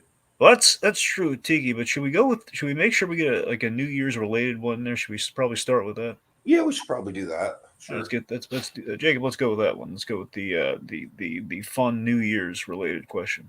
Which one? Because technically we have kind of two. Oh, right. The Disney character based one. I like this. This is a good one, guys. And remember, and as a reminder to you, Goofy, it is a matter of who goes first. Whoever answers first goes first. Yeah. So yeah. Okay. And like I said, you can either go first and secure your answer quicker, or you could wait until you hear the other ones and choose what might be better, but lose the opening statement. All part of the strategy. But you might potentially lose the character you might want to go with. Yeah. So Okay. it's a matter of risk versus reward. And so far, still no word. All right. I think you guys will be a big fan of this one. Who would be the worst Disney, Pixar, Marvel, or Star Wars character to go on a New Year's bender with? Oh my god. That was actually kind of close to my idea for the question, which was which character would you most want to be hungover with on New Year's Day? Well, this is before Yeah, the this is thing. prelude to that. So remember, it's like not the best one, the one who he would want to be drunk with. Oh God! Worst character, just The- to go on an all night New Year's. Who wants Eve bender. Aladdin? Or I'm sorry, who wants the genie? Because the genie always factors into these questions. But like I said, that's the point why we went with the worst. Right. The worst Disney, Pixar, Marvel, or Star Wars character to go on a New Year's Eve bender with. There's no Fox characters, so Jake Sully just sheds a single tear and walks away. Yeah, and you can't use Bender. Yeah, unfortunately, no bender. Yeah. Goofy or Rohit, are you guys thinking of your answers? I have an answer, but I don't. But I'm kind of waiting Goofy strategically. Waiting the other guy out. You know what? Yeah, I'll go first. Okay. Sucker. The worst person to go on a New Year's Eve bender with would be Sid from Toy Story. Let me tell you why. Number one. Hold on, not yet. Hold on. Not yet. Okay. It's still Also, a spit. specifically, I would hope that. Are you talking about the adult version from Toy Story 3? I am not. Oh Okay, dear. you mean So specifically child Sid. Oh Specifically child Sid. dear. All yes. right, child endangerment issues. Hello. Tiki, Okay. Sid Well, wasn't 13, was he? He was under 13, wasn't he? Well, keep in mind the point is it is the worst. So, That's very true. and keep in mind, Goofy, this is the speed round. We still have to wait for both answers. Right. Sorry, my bad. Oh, I what actually is- have a really good answer. I'll say it once Rohit says his. If he doesn't think of it. And remember, Rohit, once you say yours, if you like Tiki's, you cannot go with it. Damn. Unless they're the same thing, obviously. Thanos. Did you say Thanos? Yes. Okay. Oh, God. So Tiki, That's dancing on tightrope right there, man. So Tiki, what was That yours? could either be really good or really bad. No, Tiki, what was yours? Vanellope von Schweet. Huh. Ooh, interesting choice. My logic for that is that I think she is like the perfect Venn diagram of like she's very innocent and yet very corruptible. So if you go on a bender with her, man, that is not something you want on your conscience. And I think she would be very susceptible to a bender. If she's very persuadable, as we've seen. Oh God. But She gives into persuasive. peer pressure.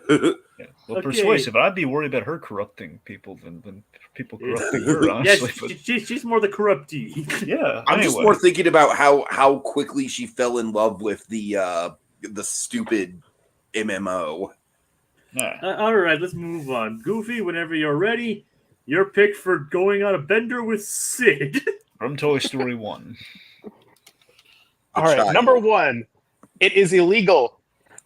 That's bad off the bat. But Sid is this weird cross section of being completely psychotic and also completely annoying as like a preteen that you don't want to be with at all, let alone all night. You're going to be trying to pound more drinks just so you don't have to hear him talk. And you're going to try and give him more drinks, which will get you in more trouble with the law because you're wanting him to shut up as well. That is all. Oh my God. Okay, Rohit, Thanos. Thanos, it would be the worst person to have a bender with because considering Titan physiology with how much he needs to get drugged, you might die of alcohol poisoning. And two, for Thanos himself, considering how big of a guy he is and his genocidal ideology, him being an alcohol would be a threat to yourself, to everyone around you. You would have damaged property, people being maimed, being killed. You would have just great suffering. It would just be genocide, but with alcohol. Goofy, rebuttal. I think Thanos would be great to go with. Number one, he can snap his fingers and the bar is half empty, so you've got plenty of room to be pounding those drinks. But also, who does not want to see a massive purple dude getting on the dance floor while he's drunk? That sounds like the time of my life. Sid being a kid, he might just drink too much and puke and pass out, or really have enough drinks and very might lighten up. Alcohol might make him actually a better person than he is sober. Thanos on alcohol, it's basically asking for the end of the universe. We hear it, so you want to be imagine your endorsed child alcoholism. Smoke some weed, Sid. Smoke some weed. Booze him up to It's shut him much up. better for you, trust me. Dragon, what'd you say? I said, booze him up to shut him up. Oh god. Oh, jeez. That might be one of the top 10 best speed round questions we've ever done. That Well, you can think glorious. since he came up with the dragon, you can call this one. Okay, this one's pretty simple. Honestly, I mean, two very unique choices. You got to admit. I can honestly say I wasn't expecting either of them. Honestly, it's based on the argument, because I have to go with Goofy. I have to go with Goofy on this one because he made all these glowing points about Thanos, and I don't know. I feel that he kind of found like a loophole choice in a sense, in that he kind of had this perfect. It's less that he was arguing for Sid; it was more he was arguing like in kind of, in favor of Thanos, and yet he just kind of knew that Rohith, in a sense, it feels like he knew Rohith was not going to be able to really, kind of like say anything. Like, of course, Sid legally is like the worst person to go out on this bender with. See, I just think it's kind of a thought lock. I think Goofy gets this point. See, I thought that was a really great pick because I was like, I really want to hear your legal defense for child alcoholism. Well, he definitely gave a good reason to see Thanos get drunk. That's the thing. Oh my god, the image of Thanos drunk on the dance floor is just too much. I mean, it works if it's the What If episode. Where we kind of saw it in What If. Yeah, a little bit. Yeah, Yeah. I also did have that thought too. Man, Thanos might actually might be a fun conversation with. I think he would be, honestly. if he could be talked out of his genocidal homicide. But think about this: you sit down with Thanos. So, besides the genocide, what do you like to do? He likes to boogie. I don't know. I feel like I mean, who knows? Maybe that's how T'Challa convinced him to give up his genocide. So you're a family man, eh? So how are the kids? Mechanized mostly. All right. All right. Does anyone have any comments you want to highlight? Just LEB says Thanos would be great, and also So You Want to Be an Imagineer does not condone underage drinking. Indeed. Yep. It's a no. Yeah, and oh yeah, speaking of, I honestly don't really condone drinking in general. Yeah, I don't know. Take you condone drinking. Well, I'm not a fan of it. That's you've done like the around the world drinking thing at like Epcot or something, didn't you?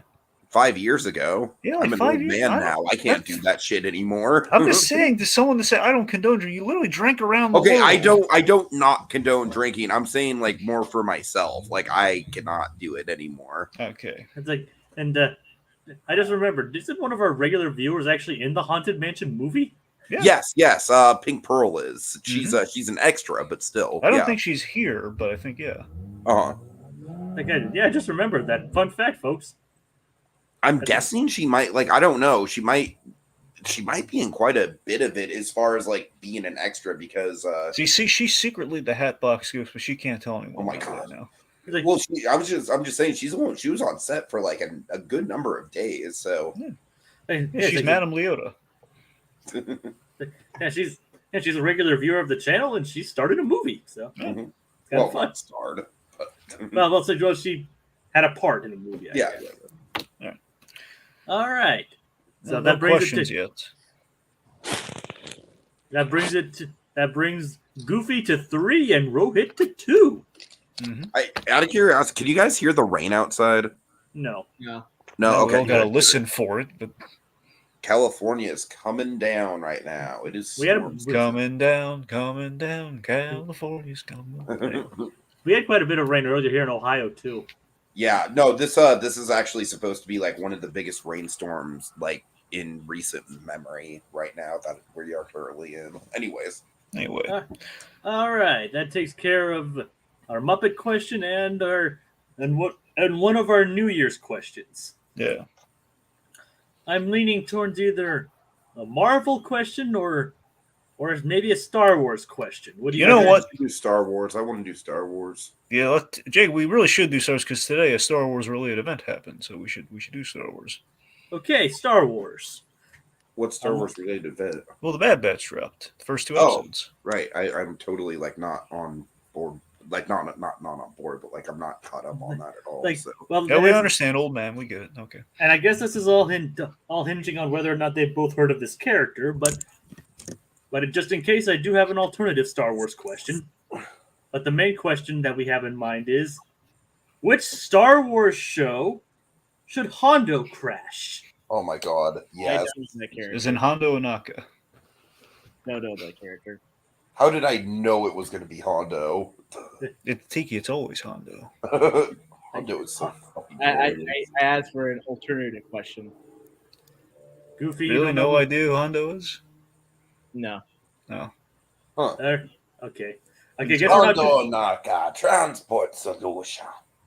Uh, All right, so Dragon, should we go with the alternative Star Wars, the Star Wars question I came up with, or do you want to move on? was the alternative any good? It's the one that you had reservations about. Let's. Can we just at least save it for a bonus question then? Yeah, I mean, maybe we'll circle back to. Let's move on to a different question. Okay, how about we do the other Lucasfilm related question? There's an idea. Yeah, let's do that. All right, this one is actually a quick draw. Hmm. Goofy, if you are unaware what a quick draw is, in this case, there's only 2 options available, and again, whoever speaks first goes first. Instead of thinking of your answer, you only have 1 to choose from. And the question has to be complete before, Yeah, you have to wait to hear both options. Okay. You're going to hear like basically this or that, and once you hear that, then you it's the quick draw. Well, technically, this is more of a yes or no question. Well, you know what I mean. There's the point when you hear one, you hear yes, the well, yes or the that- no. Well, I guess technically the way we reword it, it's not even a yes or no question. so that's- No, this is why. Okay, point being, after the part that comes after or, you then. Sorry. So I can just guys. interrupt the question Don't whenever, double right? lethal weapon, big guys. All right, let's move on. Where's the exploding toilet? Okay then. All right. What should happen to Indiana Jones in the Dial of Destiny? Ooh. Should he die or should he retire? retire. Okay. All right. Okay, so Rohit has retired. Kill Indy, kill Indy. So Rohit has retired and Goofy has died. We want to see blood. Again, so that means Rohit's going first. So tell me, Rohit, why should Indy retire? Indy should retire because ultimately Indiana Jones as a franchise is all about adventure, fun, just traveling around the world. And to end it with a death of a character is kind of like that bums the mood. Like Indiana Jones is not a Wolverine or a Batman or just someone that like has gone through so much trauma. He's a character that goes through adversity, but through the grit of his teeth, by the grit of his might, he makes it through. And I think Indiana Jones just retiring and enjoying the adventure of his retirement is really impactful for his character overall. And now, Goofy, you're going to try and convince us in 30 seconds or less as to why in the Dial of Destiny, Indiana Jones should die.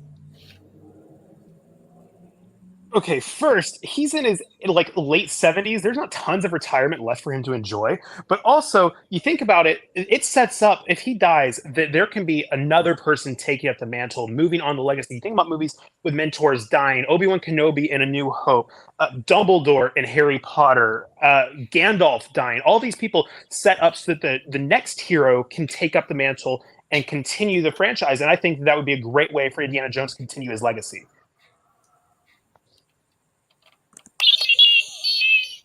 Indiana Jones is not a mantle to pass on, not to be a successor. No Mutt Williams, no Chris Pratt as Indiana Jones, no Tom Holland as Indiana Jones. Indiana Jones is Harrison Ford. The character just stays with Harrison. The character should stay with Harrison Ford as the actor, and in retirement, that's a fitting end to his character and to his arc.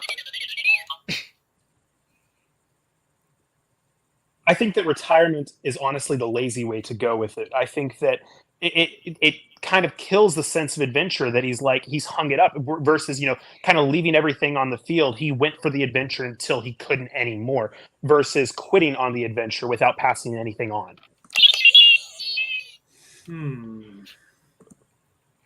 This is a tough one, honestly. They both raised really good points here. Mm-hmm. It's kind of an even footing here. Yeah. I think I'll call this one, to be honest. I think I'll call this one. There you go. I think in terms of points, I think I'm going to go with Rohith on this one. Although I do agree with what Goofy said about adventuring to the end.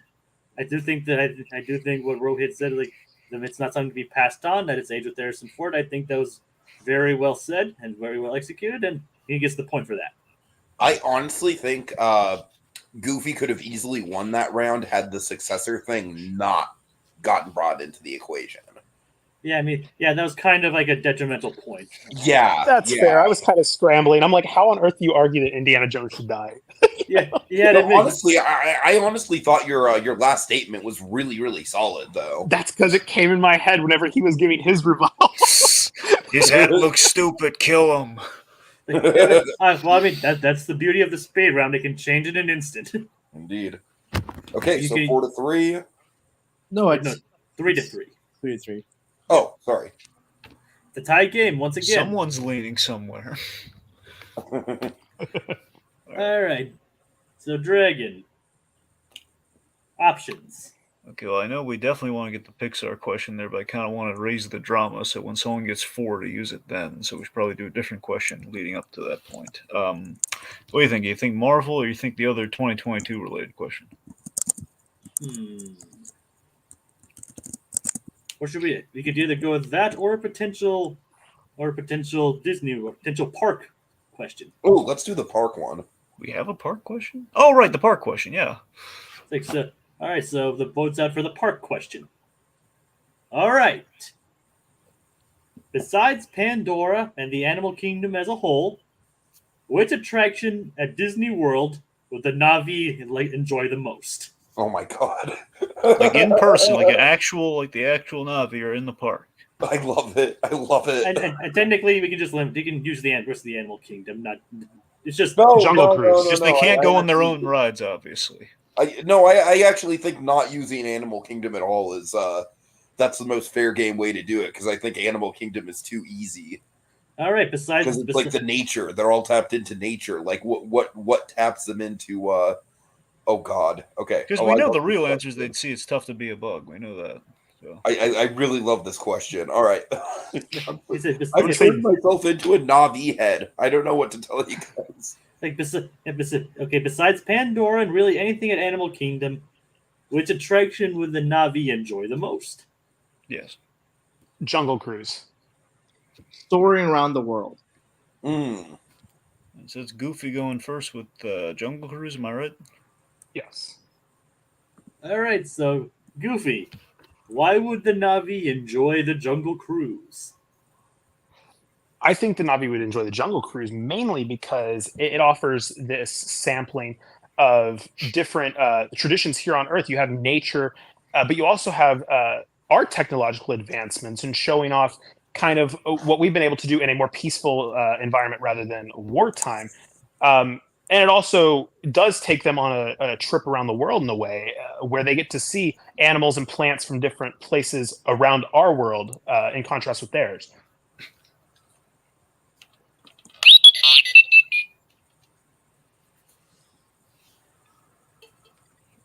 And Rohith?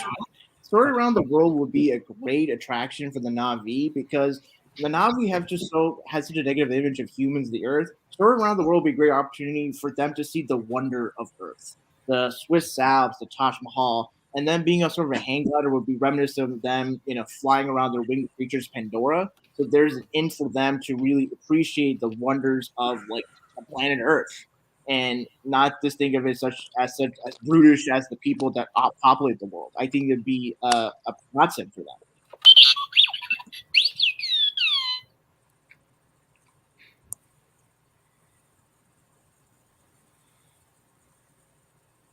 All right, it's my rebuttal. Yes.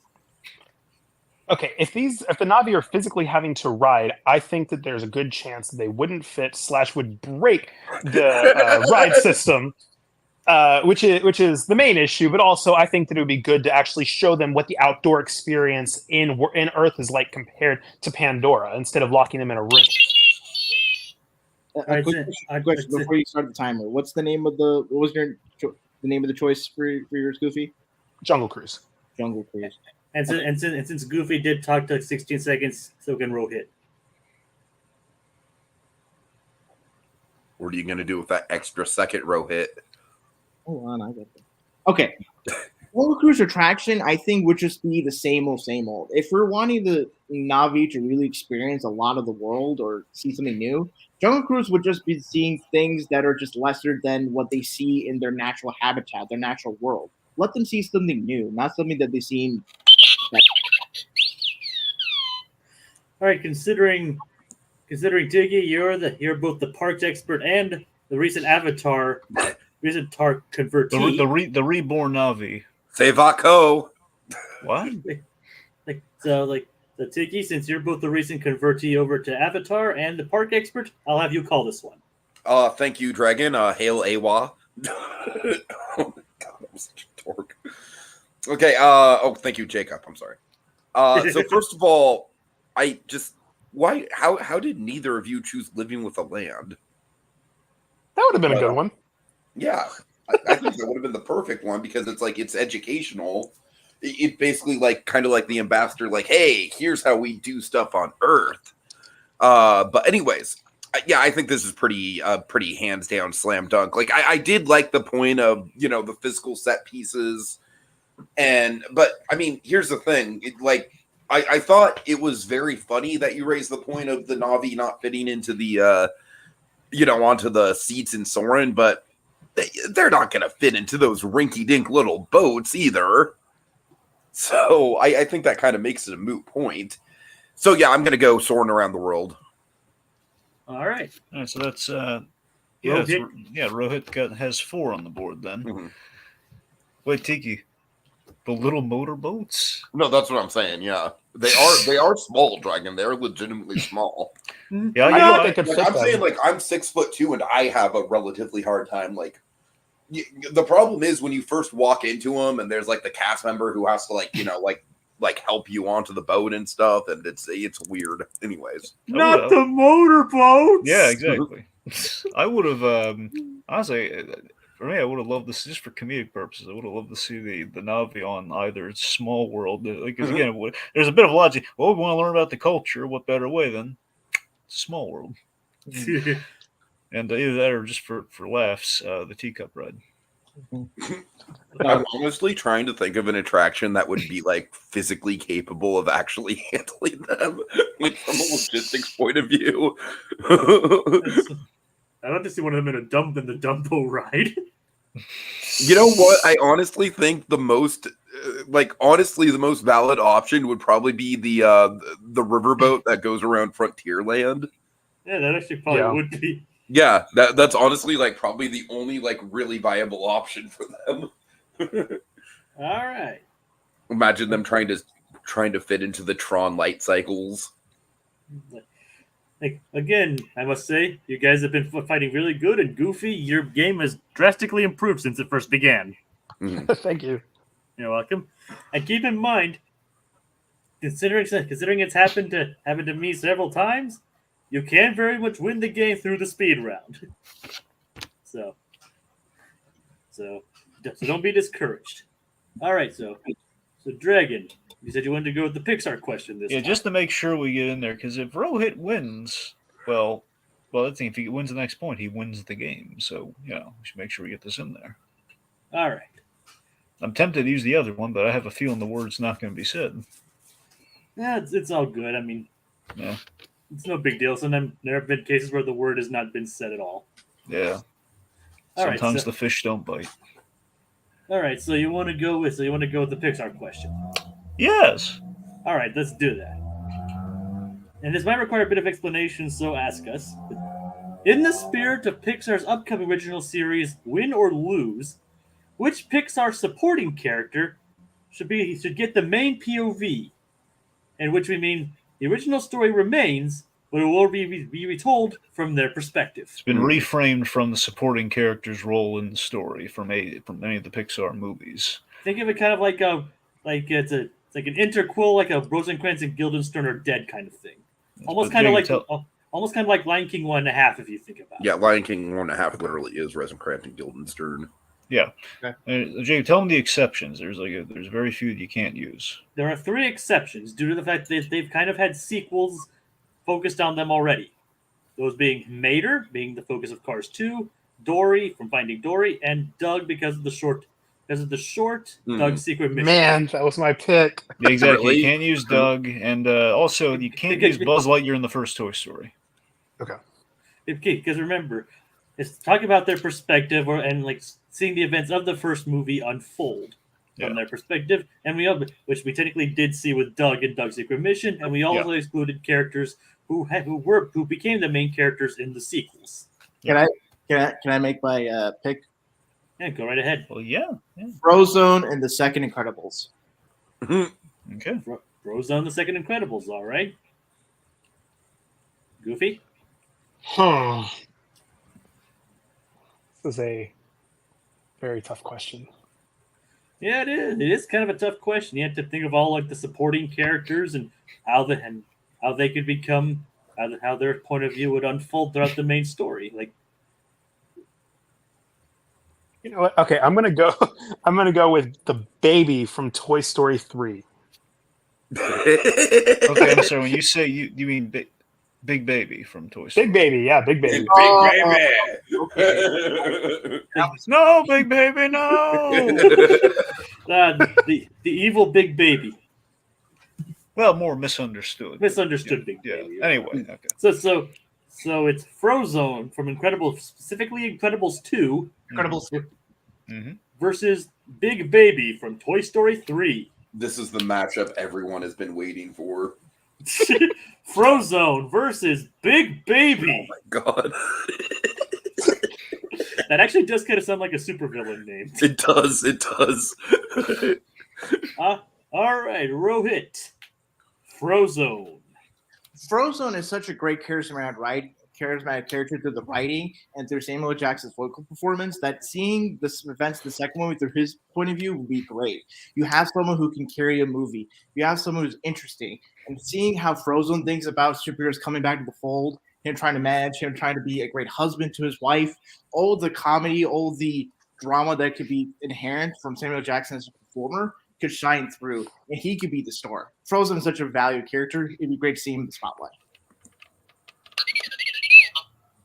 All right, Goofy. Big Baby. This is such a bad choice. Okay. I mean, it doesn't matter the choice. It matters the argument. What matters is the argument. Remember, it's all the strength of the actual argument. Okay. In what little we saw of Big Baby, the baby displayed a great range of emotion from, loving its owner to feeling hurt and betrayed to trusting Lotso to realizing what the truth actually is. And I think it'd be really interesting to see from his point of view what happened, because Big Baby was just manipulated for years by Lotso. And I think that he deserves to have his story, his truth put out there and show why he became a good guy and overcame Lotso's lies about his owner. Considering Big Baby is a relatively silent character, it'd be kind of a weird movie to watch. Like, you just standing there silently and you don't have an insight into his mental space, into his headspace. Like, Frozone, on the other hand, is a character that has Samuel Jackson performance, great writing. Like, Big Baby is just a character. I think that Frozone, for me, is like too much of a main character to really be interested in his version of stories. I think that with Big Baby, you have the whole thing is that you have kind of a blank slate to work with and only some story points. And I think there's a lot that writers could do to elaborate and give the baby a full character. All right, Dragon, since you're opting for this question, I'll let you choose. I mean, this is kind of a tough one because with Big Baby, you do have the cell. Of course, Big Baby is a very pivotal plot point in Toy Story 3, and we do see the very heartbreaking montage with the lots of it all. On the flip side, though, I mean, Rohit did make a very good case for, like, people, the Frozone does have an appeal, and obviously, he's, in Incredibles 2, we could have used some more Frozone, and when he showed up, he was awesome. I honestly, I think Goofy's point that he's too main a character kind of fell on deaf ears, and he literally said, I was kind of before the clock starts. I can't really count it, just to kind of say for the record, just the whole. It's like, oh, this is such a bad pick. That is still confidence. But I don't know. I think the point of view is he's predominantly silent. He's a predominantly silent character. In regards to Big Baby, that's not helping Big Baby either. I kind of have to. I think I kind of have to go with Rohit on this one. So I think Rohit wins our little game. Oh, so that brings the score to 5-3, meaning Rohit goes home the first champion of the year. Right. Unfortunately, we don't have any music for that. Yeah, maybe next time. We're still working out the kinks of that one, guys. It's a new year, baby steps. Big baby steps, actually. Before we go though, what would you guys have picked? Do you have any suggestions for like reframing the Pixar? Because I have one off the top of my head. It's not well thought. Yeah, go on. I mean, I don't know if this would count as like a side character, but maybe I was gonna say Sadness from Inside Out, but she's kind of also like a. That does not count. Yeah, Sadness is kind of. Yeah, that's what I was saying. He's a co-lead. Yeah, that's why I was like going against that. Yeah. Let's see. Maybe actually Anger from Inside Out probably. It's not bad. Honestly, it is just a really tricky question. One that came to mind during the round was possibly Jessie from Toy Story 2. That would be a good one. Yeah. Think about it, Jessie's perspective of that movie. If you checked in with her story, it's like, hey, my salvation has arrived, and then you unpeel the layers and you see what happened to her, and you feel for her. And obviously, she's an emotional crux of that movie. I think Jessie could have carried a Toy Story 2 if we did from her perspective. Could have been interesting. All right. Oh, and Ellie B argues a good one. Emil. Yep, Emil. I'm not going to lie. That was the other one that was in my head. Because remember, Emil was the peacemaker between the father-son story. And technically, Ellie B says the Big Baby argument was better. Yeah. I agree with that. I thought Goofy did kind of bring it home at the end, honestly, a little bit. Yeah, but I think it was tough. All right, I think it was tough. It was the overall pick in the overall. I made a mistake choosing Big Baby. I'm Also, David Lynch would be the perfect director for like the introspective, just the Big Baby just staring at the camera and us getting the clue. No. Now, Big Baby, here's what I want you to do when the camera's on you. I feel like Darren Aronofsky would be a better pick for. Oh my god! Like, hey, all right, Dragon, can we do my bonus question? See if they're willing to do it. I mean, you can ask. All right. I would for this. Tiki, bring up this. Don't just say yes because he's desperate, guys. If you don't want to do this, you don't have to do this. All right, but you might need to think again. But like, pitch an intentionally bad Star Wars New Year special. I don't know. Can we really do that in 30 seconds? Yeah, I feel like it's hard Okay. to kind of pitch a intentionally bad thing because depending on how to describe it, like it could just be that it's good. I don't have a full pitch, but I know what the ending would be. What is the ending? The ball drops, it's midnight, and Luke kisses Leia. Oh God! All right, I think we should go out on that, guys. I think that's It does sound hilarious. I gotta be honest. All right, but okay, Dragon. The word. The word was fireworks.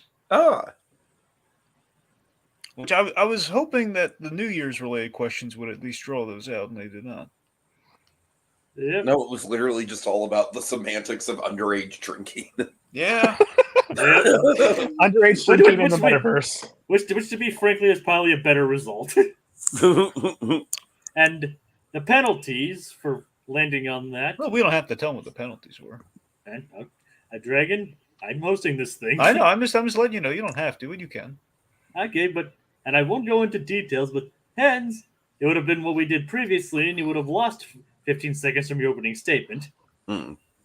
And tails, we might do this in the future. Like the opponent would have been able to choose to be able to block, and the answer you chose. Oh, I like that. I Ooh. like that. Mm. I warned you about tails. It's like, will we use them next time? Who knows? And I know Dragon will reveal them what they are, even if we don't use them. But I'm a merciful host in some cases. Mm-hmm. But all right, I must say, for the first game of the year, you guys did a great job. If we started off the new year with a bang, a lot of bangs actually. If you talk about the fireworks, and hopefully, and remember, kids, Big do not baby-sized bang. big yes, and don't and remember, A Don't big take bang, shit. baby. and remember, no underage drinking, and just good night, everybody.